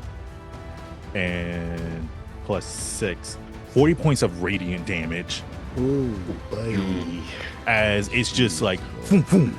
One to the chest, one to the dome. Actually, was it one to the kidney, one to the dome, left, right, go. Amazing. What do these laser beams look like?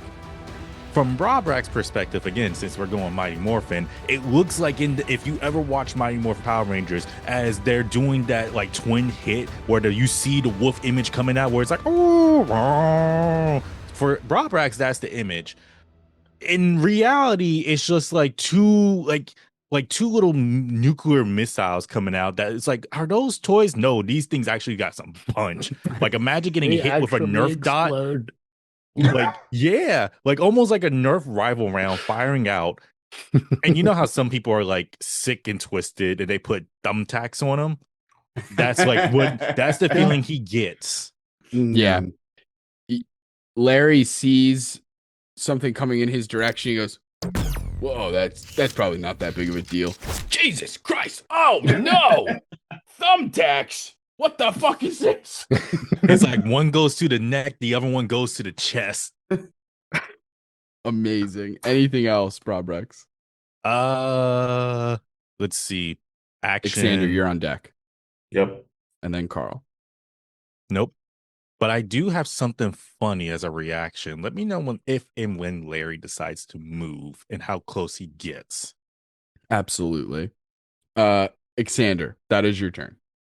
From where Xander's at, can he move in another 60 feet, like still be under something? Would be closer to Larry? Yes, you could. You'd have to move a little diagonal, but you could absolutely start to get a little bit under the bed. Okay. Well, again, mid-century modern, so it's like there's plenty of space under there for there. He's gonna move that, and then like he's gonna the dust that like all he's sneezing, all the dander. Xander's gonna like siphon all that under one nostril, and he's gonna cast cloud of daggers in his nostrils, and he's gonna like try to the dander up there, and so now he has a runny nose. Amazing. It's just we're really breaking him for not taking his Claritin this morning. Yeah. This guy. So yeah, he's casting cloud of daggers, and at the start of his turn, he takes 6d4 slashing damage. So whenever he's next, yeah. Okay, amazing. As all of this dander and allergens and histamines begin to encircle his olfactory senses, he will take that damage at the start of his turn. Amazing. Is there any saving throw that he'll need to do, or is it just happens? Jesus Christ. Yeah. Amazing. Okay, awesome. Anything else, Xander? No, Xander's just gonna stay there. Okay, are you concentrating on that? Yep. Okay, brilliant. That brings us to Carl/Cam. Okay. No, it's 250 to get to him. Is it shorter distance if I don't get cover, or is it just 250 flat out, pretty much? It's a little bit shorter. Okay. Because Yeah. I think I'm gonna I cannot do anything unless I can get within 60 feet of him. So I've got a long way to go. I think we're just gonna Autobots roll out. Cam and I do the split, and I want to weave in between so it's not sure which one's the real me. Incredible. So kind of a little bit of a distraction type of deal, but yeah, I'm heading beeline straight to him. Okay, awesome. So you're action dashing? Action dashing, yeah. So Awesome. 60 feet towards that way. Okay, incredible. You begin moving as fast as you can in the direction of Larry. Larry kind of sees this. I mean, obviously, roly-polioles are like pretty small. It would Really actually tiny. be really hard to see you on a carpet unless you were looking for it. But you're rushing along. He notices that, and after Carl's turn, it goes to Larry. So go ahead and roll the 6d4 damage. This sucks. Jessica gets a that's turn good. too, right? Not really, because I mean, Jessica because of the catnip, Jessica wouldn't attack unless provoked or something. So unless Larry attacks Jessica, you guys can use Jessica in a clever way if you would like. But like, Jessica's here, but she's not gonna just out of nowhere attack this guy. Like, she likes this guy because he's got catnip in his socks. So Naturally. It Yeah. wasn't that great. It was 14 points of slashing damage. 14 points of slashing damage. Hey, it all adds up. Okay, as he sneezes at the top of his turn and like a small amount of blood starts to come out, and he's like, Jesus. "Oh no, it's getting bad. It's getting really bad. What the fuck are these little creatures doing in here?" He literally can't hit Phil even if he wanted to. Xander and Brobrex are sort of undercover under things. He can get almost anywhere on his turn just because it would be like 2 steps for him to just get to any of you. So he is going to take like 2 large steps forward, which puts him like, let's just keeping it even, puts him within like 80 feet of all of you. Pretty much. He's like in between all of you at this point. Like middle of, not the middle of the room because there's a bed, but like the middle of the open floor-ish area. To keep it fair, I'm just gonna roll a D3, and I'm just gonna, that's who I'm gonna hit with a hammer. It's just kind of how that's gonna go. Because he doesn't necessarily know that like Xander's the one who keeps giving him fucking allergies or like making them worse. He kind of saw something come from underneath the table, but because of the cover, like isn't really sure. Carl and Cam are out in the wide open, so it kind of would make sense. So because of that, there's like a lot of reasons he would hit all 3 of you. So I'm gonna just roll a dice to keep it a little honest. That is a 5-6. So he is gonna go for Brobrex. Is this more of a carpenter's hammer? Are we talking ball peen? What's the meat mallet? I can't believe you said 2 kinds of hammers that I actually know what they are, which is insane. I didn't even know I knew what a ball peen hammer was until you said it, and I was like, whoa, I'm picturing it. That's insane. It's kind of just like a normal ass hammer. Sick. Okay, cool. I think one of them is gonna miss, but the lower, actually he's a gigantic burglar. This makes sense. Okay, so we're looking at the lower being a 19. That hits. Okay, both attacks are gonna hit. Use. But everything, if it's bludgeoning, if it's not magical, everything's halved. Right. And it is not magical. This is just a human dude swinging a hammer as hard as he can. You said he was like 80 feet? He's 80 feet now. 80 feet in your guys' terms. Because like 80 feet to you guys is very different than like 80 feet to him. That would be outside of the house into the neighbor's house. You know what I mean? Right. Yeah, he kind of just bent over. Because my brain's just like, can I hit him with this? But it says 30 feet, within 30 feet of you. So I can't do that. He is going to, he swings his hammer twice. He actually ends up breaking one of the legs of the dresser in the process as he slams this heavy silver face of the hammer into your body. It nearly hits the bomb that you have attached to yourself, but luckily misses as it hits more of your abdomen, taking the air out of your lungs, but you're literally a toy, so that actually doesn't make sense. If you had air and if you had lungs, they would be gone, because hits you right in like the stomach area and then crashes your body through that leg of the dresser as it begins to tilt in one direction. And as he swings through, that is going to be 8 divided by 2, 24 points of damage. Okay. So let's see. And that's already halved. It was 48. You said 24 points? 24 points of damage. So 24. It was 48 points of damage, and it came down to 24. Oh, yeah. I was just removing the temporary hit points that I also have. Oh, brilliant. Incredible. Okay, cool. So that's 18, 65 minus 18. There we go. Go ahead and make a Constitution saving throw, though. Constitution. Please. Cool. There we go. Had to fix my HP. Constitution. 17 plus 6. Okay. You're good to go.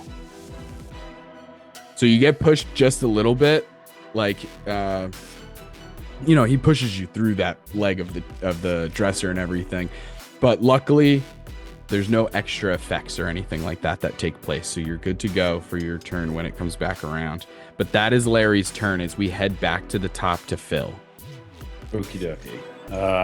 Popping back into existence. I will push forward. I'm going to use my Cloak of the Arachnida. Mm-hmm. You can use an action to cast Web spell. The web created by the spell fills twice its normal area. I don't want to cast it on the floor. I want to cast it like between his ankles. Like I want to attach. I want to wrap his little feetsies up. Okay.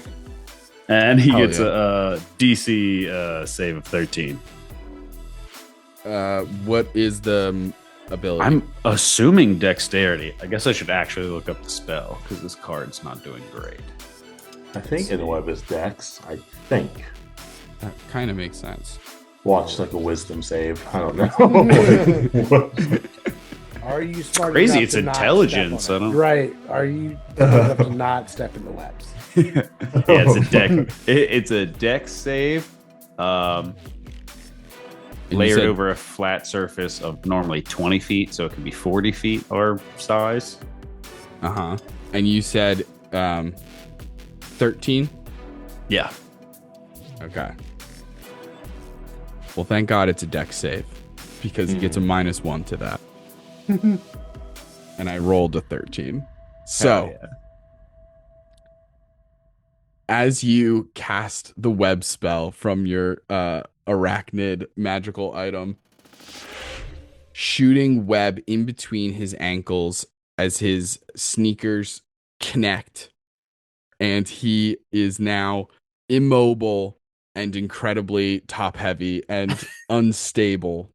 Is there anything else you do with your turn, Phil? I like to think the Cloak of the Arachnida is the jacket, and the web came out of the white lightning bolts on the back in his general direction. He can make a strength save each time on his turn to break free, but anytime he's in the area, he resaves. So I don't know. Anytime he accidentally touches his legs together, they will restick, I think. Okay. But other than that, I have to find out if I blink out of existence again. Give me just a second. Yeah, 13. So he's gone. Phil's gone. Amazing. And is web concentration? No, neither of them are. Blink nor web. Oh, wow. Okay. I knew blink wasn't. You can ask Taylor. I have a player in our home game who uses blink to a level that I'm like, I can never hit her. She's constantly in the other planes to the point where I made an NPC who like could phase see in walk the ethereal. and like, yeah, just for that one fight. Cause I was like, not this time. They killed him anyway. It was fine. But anyway, amazing. So this guy is stuck in a interesting and funny way. Brobrex, that is your turn. So he's still within 80. He's within 80 feet now, correct? Oh yeah, for sure. Cool. So because the laser rifle has to have a range of 100 because it's 80, would it still be at disadvantage that it would be close range now? No. Oh, okay, cool. No, you're good. So he's going to do that again after taking like this just chunk of damage. And, I got my Zords mixed up. The bears in the chest part, the ape and wolf are the arms. I'm going to imagine like the dagger that was sitting in, like, the thing that the bear holds in his mouth got clinked out as Brobrax goes flying like back, like through the wooden part. He rolls, gets up, and just says, "Oh, I'm going to have fun with this." Loads in 2 more rounds. Hell yeah! We're gonna roll see. To hit as Larry is sitting there going, "I'm pretty sure that toy's talking to me." All of this sneezing might have lost some blood from my head. I might be lightheaded or something, but this is starting to freak me out a little bit. So Both of the dice landed on nat 20s before the first shot. Jesus Christ. This is the second shot. That is a 16 and a 15. So 15 plus 6. Yeah, that'll hit. Remind me, double the dice, you said? Mm-hmm. Yep. So the first shot, that's 6d8 off rip. Okay. Have none of us missed or failed anything this entire game? I haven't even gotten to him. Yeah, like I'm talking about this entire the whole season. This session has gone incredibly smooth. Yeah, because I purposely chose something I just need to concentrate on. The summons appears, like just concentrate on that bad boy real quick. We're gonna go. Because I'm like, I can't take a hit. And then the second shot, that's just 71 points of radiant damage as almost like Mega Man style charge shot as Varabrax is getting invigorated by this battle. Oh my god. One? Jeez. Incredible. This laser rifle Huge goes hits. crazy. Huge hits hitting Larry as he is starting to look frazzled, to say the least. He's starting to look a little overwhelmed, but he is therefore getting desperate. And just to add a little bit of pressure, Brobrax is going to like basically walk this man down as he's got the guns just toted up ready, as he's just like, come on. It's like that scene in Toy Story in Sid's bedroom when the toys break bad on him. Yeah. He's starting to freak out a little bit. You know, Megazords are big. They're not tiny. They're fairly, chunky size. Oh, I remember. Oh yeah, this Absolutely. is like a shin high little demon coming at him. That's just walking like Terminator style.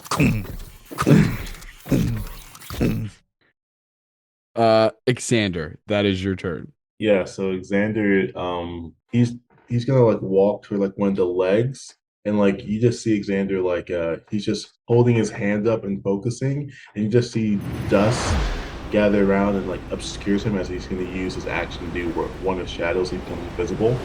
Sick. Okay. And he's just gonna maintain concentration on the cloud daggers. Okay. Incredible. Amazing. Xander, that's your turn. You're invisible now with one of your dust abilities, and concentrating on that as we move to Carl and Cam. Carl and Cam. Yeah. So I'm still, you said he's 80 feet away from whatever. Okay. I'm going to have to, I would have to action surge dash, and then I still wouldn't have an action. I need 2 actions. So I'm going to keep charging him. I was gonna say, if you want to hold your action, I had an idea to get you in the general vicinity. Yeah, no, I mean, it's my whole economy to get to him, so. All right, well, if Phil has an idea, you can always hold your action and try and get as close as you can with just movement. And like I said, if you wanted to get at least Cam a little bit closer, then you also have the option of throwing something. Yeah, no, I don't have anything in my inventory to throw. I have no range. Okay, I mean, one of your friends has a laser rifle. If you wanted to throw yourself, I'd be down for it. You have hammer space. We're playing pretty fast and loose with stuff, but I got you. If you just want to move and hold your action, okay, I'll get you there. Okay, I can do that. So Carl and Cam rush up as much as they can, holding their action, feeling the presence of a shadow from the ethereal plane telling you to hold your action so that you can be helped by, I think at one point, Phil referred to him as the great ground pig at some point. Yeah. Okay, nailed it. And that brings us to Larry. We'll only get you 64 damage out the way now. Yeah, might as well. Might as well bang it It's just out. in your nose. So,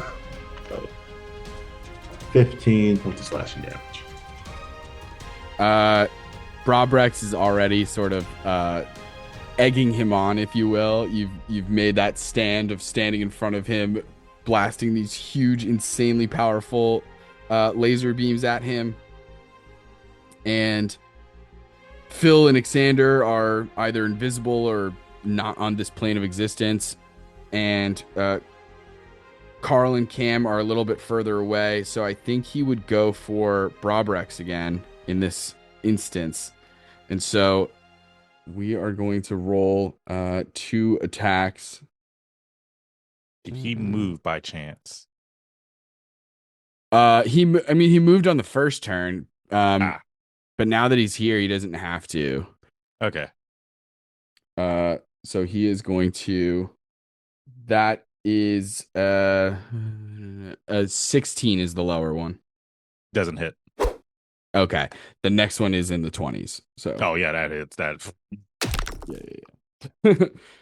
Just a little freaked out by this toy. He just like weep. Like Brobrax is not gonna like dodge it. He's just gonna like watch it come down and just.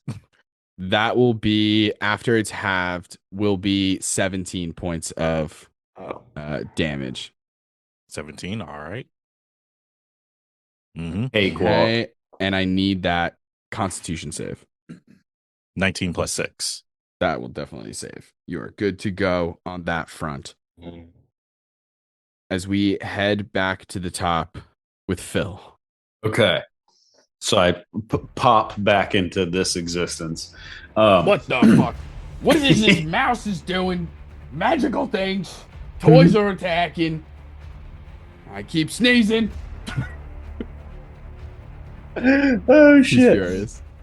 I've had this idea since character creation because it's perfect in my head. So we're gonna Wolverine fastball special this. I'm gonna cast spiritual weapon, but I don't ever need my spiritual weapon to actually attack because it actually kind of can't. So it is one of those toy. I don't know if you guys ever had marble shooters or like the paper football shooters, like just a little catapult, and it is specifically shaped to fit either Carl or Cam. Amazing. And I'm just going to cast it next to Cam. And it is it is wound back and ready to go. And that's my turn.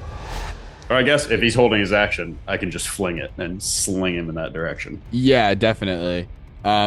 Amazing. And then just roll to see if you poof out again. Okay. Because if not, he might hit a mouse and just be like, I got it. I gotta get this mouse out of here. I might be allergic to mice. I don't know what's going on. I keep sneezing. It's vanishing. That's fucking literally magic. 19, and he's gone. Damn it, fucking Chris Angel, you are. I don't like it. That you're not gonna like pay attention to the toy. Don't pay attention to the man who's just wait. This toy is indestructible. I can kill a mouse. I'm pretty sure. Maybe I don't think I can. I think I have to choose to stay. Do I drop concentration on spiritual weapon if I'm on a different plane? No. The ethereal plane is different. Okay, then yeah. That's not how I rule it, at least. Cool beans. That's it for me. Okay, so Carl / Cam, you find yourself in the basket of a catapult, and then just get fucking flung towards this guy. Go ahead and use your action. I'm aiming right at his face, shield and sword both up, screaming like.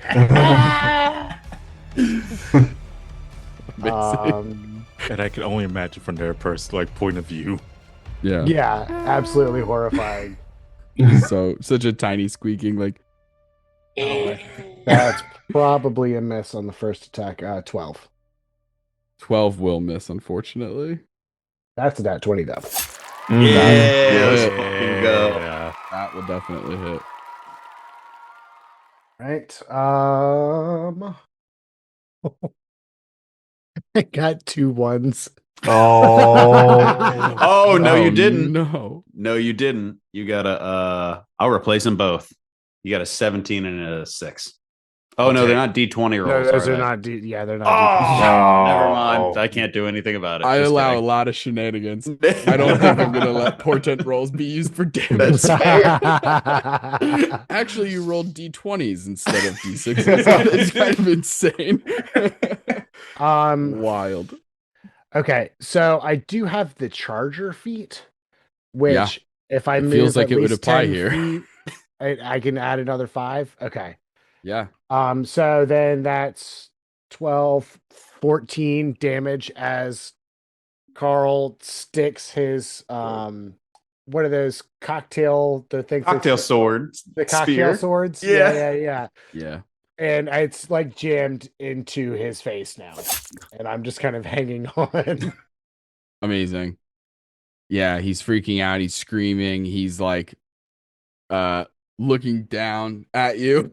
Going, ah, ah, ah, screaming Little at one sneeze. another. Like, choo. Wow. Oh boy. Okay.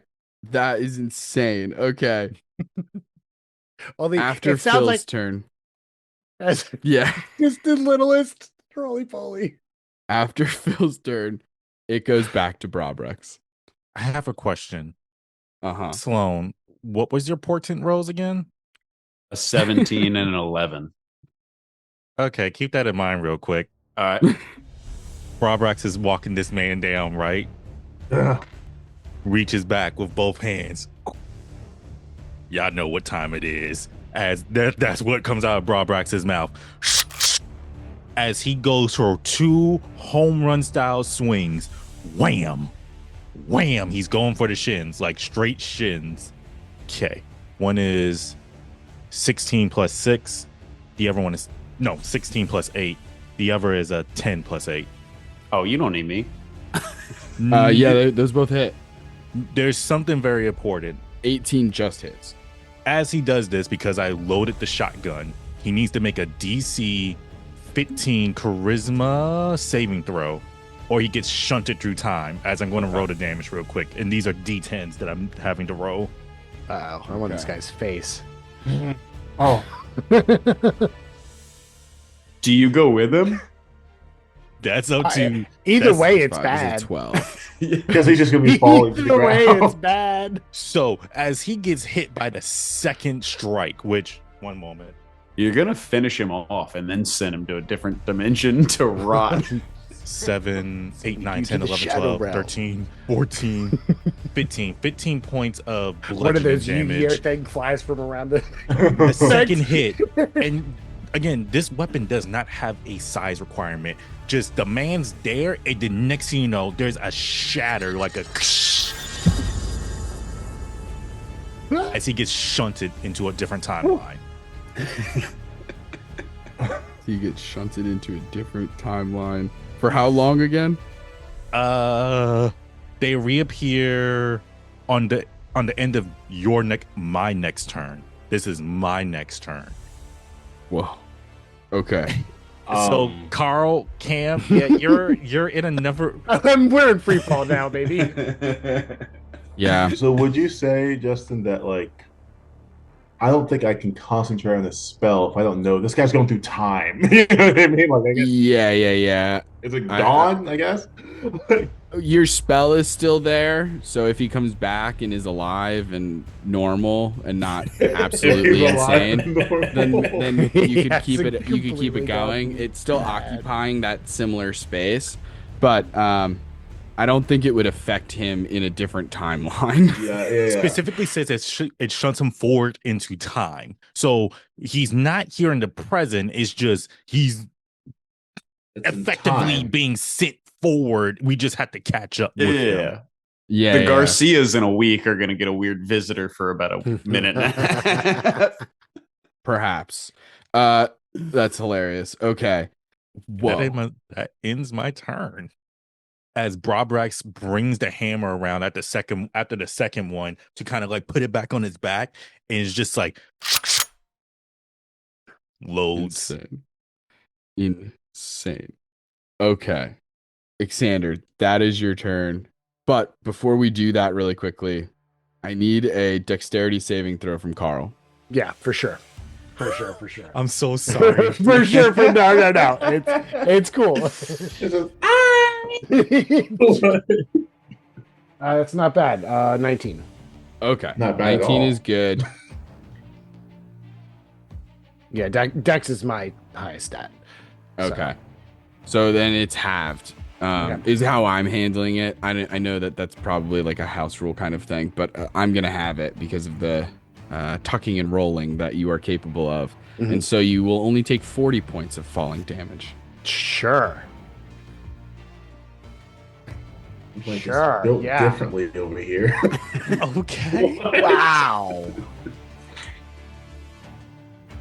I mean, you're at the height of a, 5'10" guy. I could have said I got him in the leg, but I said the face, and I didn't. I got to stand by my decision.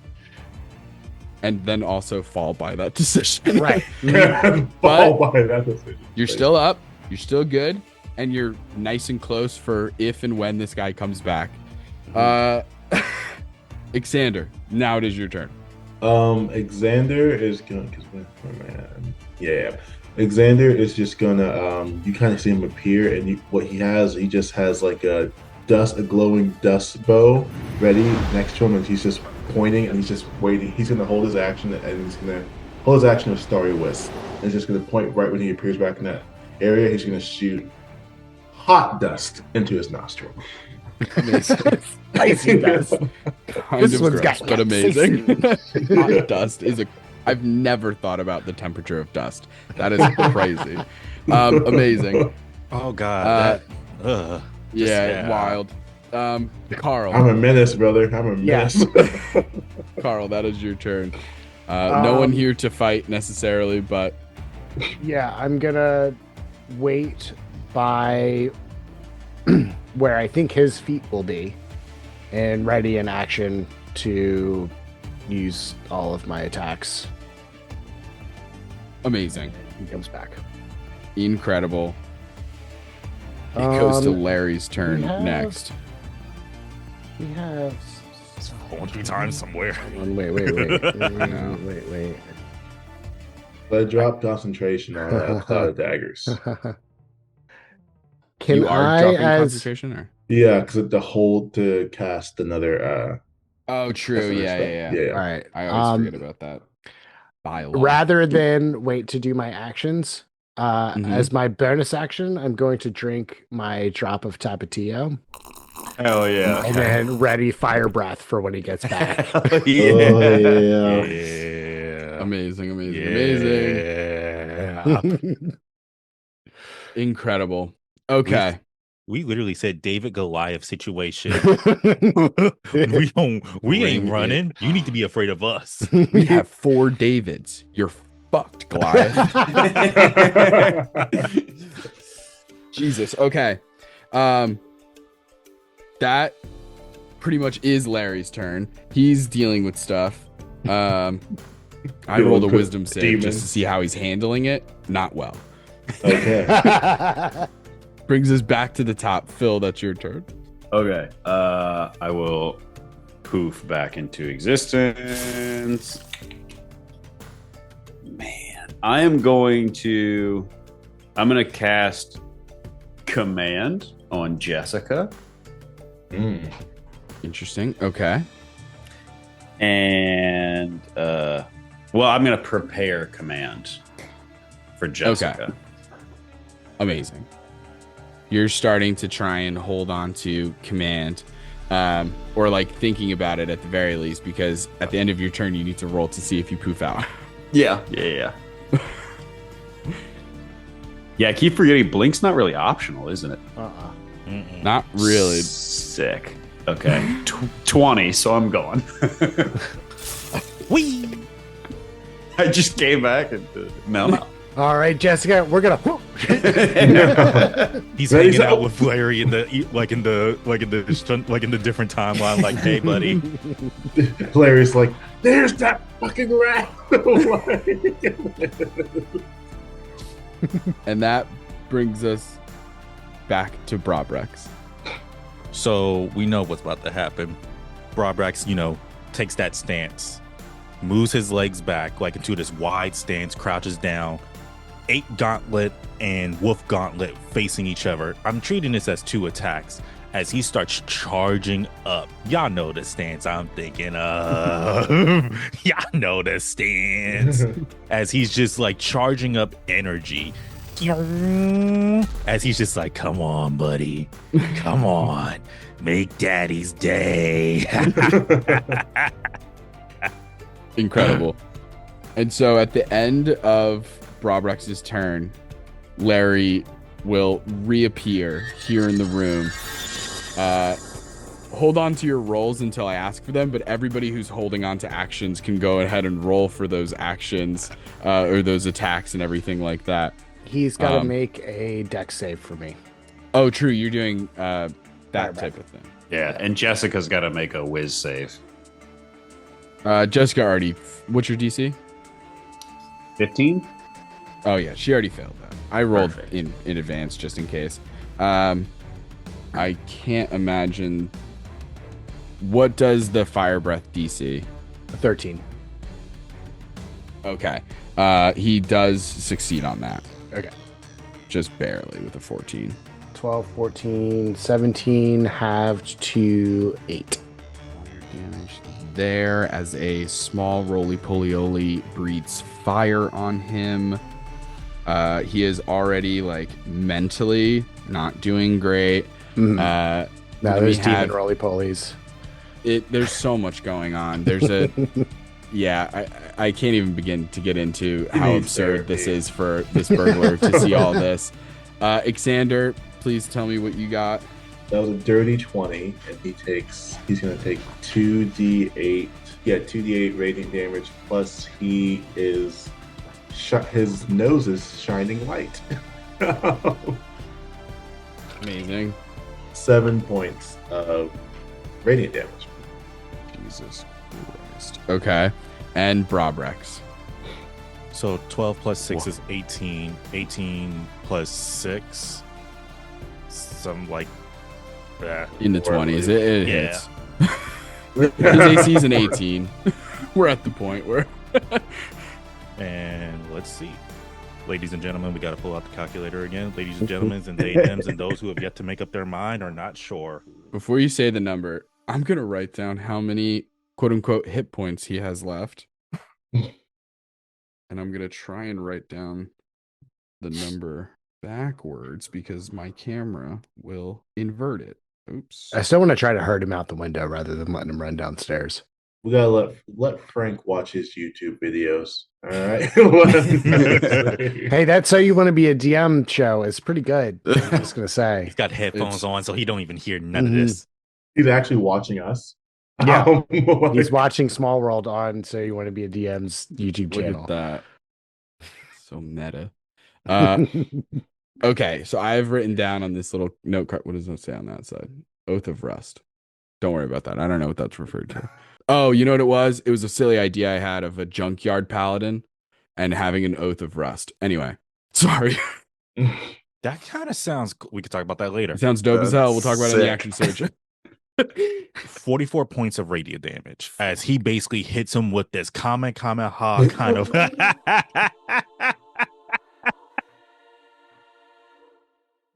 I imagine, because I'm not going to be the only one that does this, because it was a group effort as a how you want to do this. If that's okay, GM. Yes, of course. I was just going to tell Jessica, because normally command is one word, but I'm fully aware it's a cat, so you got to do it a little differently. And Jessica, don't jump at that man whose feet are tied together and push him out of that window. Don't you do that, Jessica. Don't you knock that glass off that table or jump at that man whose feet are tied together and push him out of the window. Amazing. Okay. I'll take that into consideration. Does anybody else have anything to add to this finale for Larry specifically? Yeah, so Carl and Cam both have their rapiers out, and we jam it through the back of his shoe so it pokes him in the heels. and kind of starts making him like towards the window. Yeah. Yeah, I think like Xander, as that like dust bow shoots into his nostrils, like it almost like it goes up to a way where like he knocks his head back. So it's like as Carl and Cameron jabbing his ankles, like he's like stepping back as well, head first and feet back, and then draw back to do your thing, brother. It's funny because the great oak tree is right outside and y'all can see it. You see the branches swishing and swaying. And Phil, you've seen this before, but Cam and Carl and Xander haven't. As you see another form be right behind Brabrax, another Gundam figure, as almost whispering to him, "Do it now, Brabrax!" As he fires just these twin cannons that become one that just blast this dude, and it's like one hit, boom, out the window. Incredible. As he is getting stabbed in the ankles, shot up the nose, blasted in the chest, and a cat is also pushing him a little bit as it pounces onto his body a little bit too, as hit with one final sneeze. Larry crashes through the bedroom window, a shatter, the fall, the thud at the bottom of the yard. But we still have one burglar left, and perhaps Frank is more than meets the eye. Or maybe, just maybe, Frank is an absolute idiot. But we'll have to tune in next time, because as it turns out, this is not the finale. And I lied at the top of the episode, and I'm not going to cut it out. I'm going to keep it in and mislead everybody watching. That's how I feel about it. This has been an absolute blast. I love this game so much. I wish that there were 5 burglars, but unfortunately, there are only 2. I've been having so much fun. So much fun. And we'll keep having fun next week. See you then, gang. Bye. Hello, Phil. Carl, Alexander, Brabrax.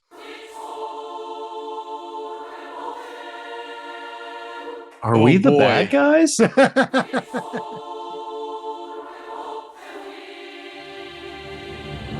Is that you? Oh my God, Larry! Oh no, your neck! That was insane, brother.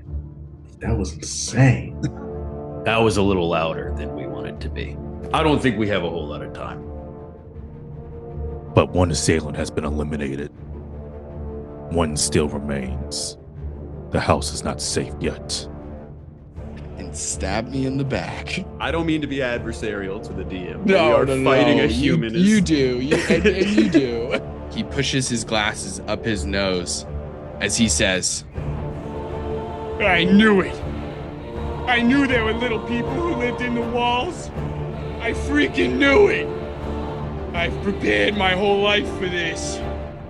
It's on. And I need everybody to roll for initiative.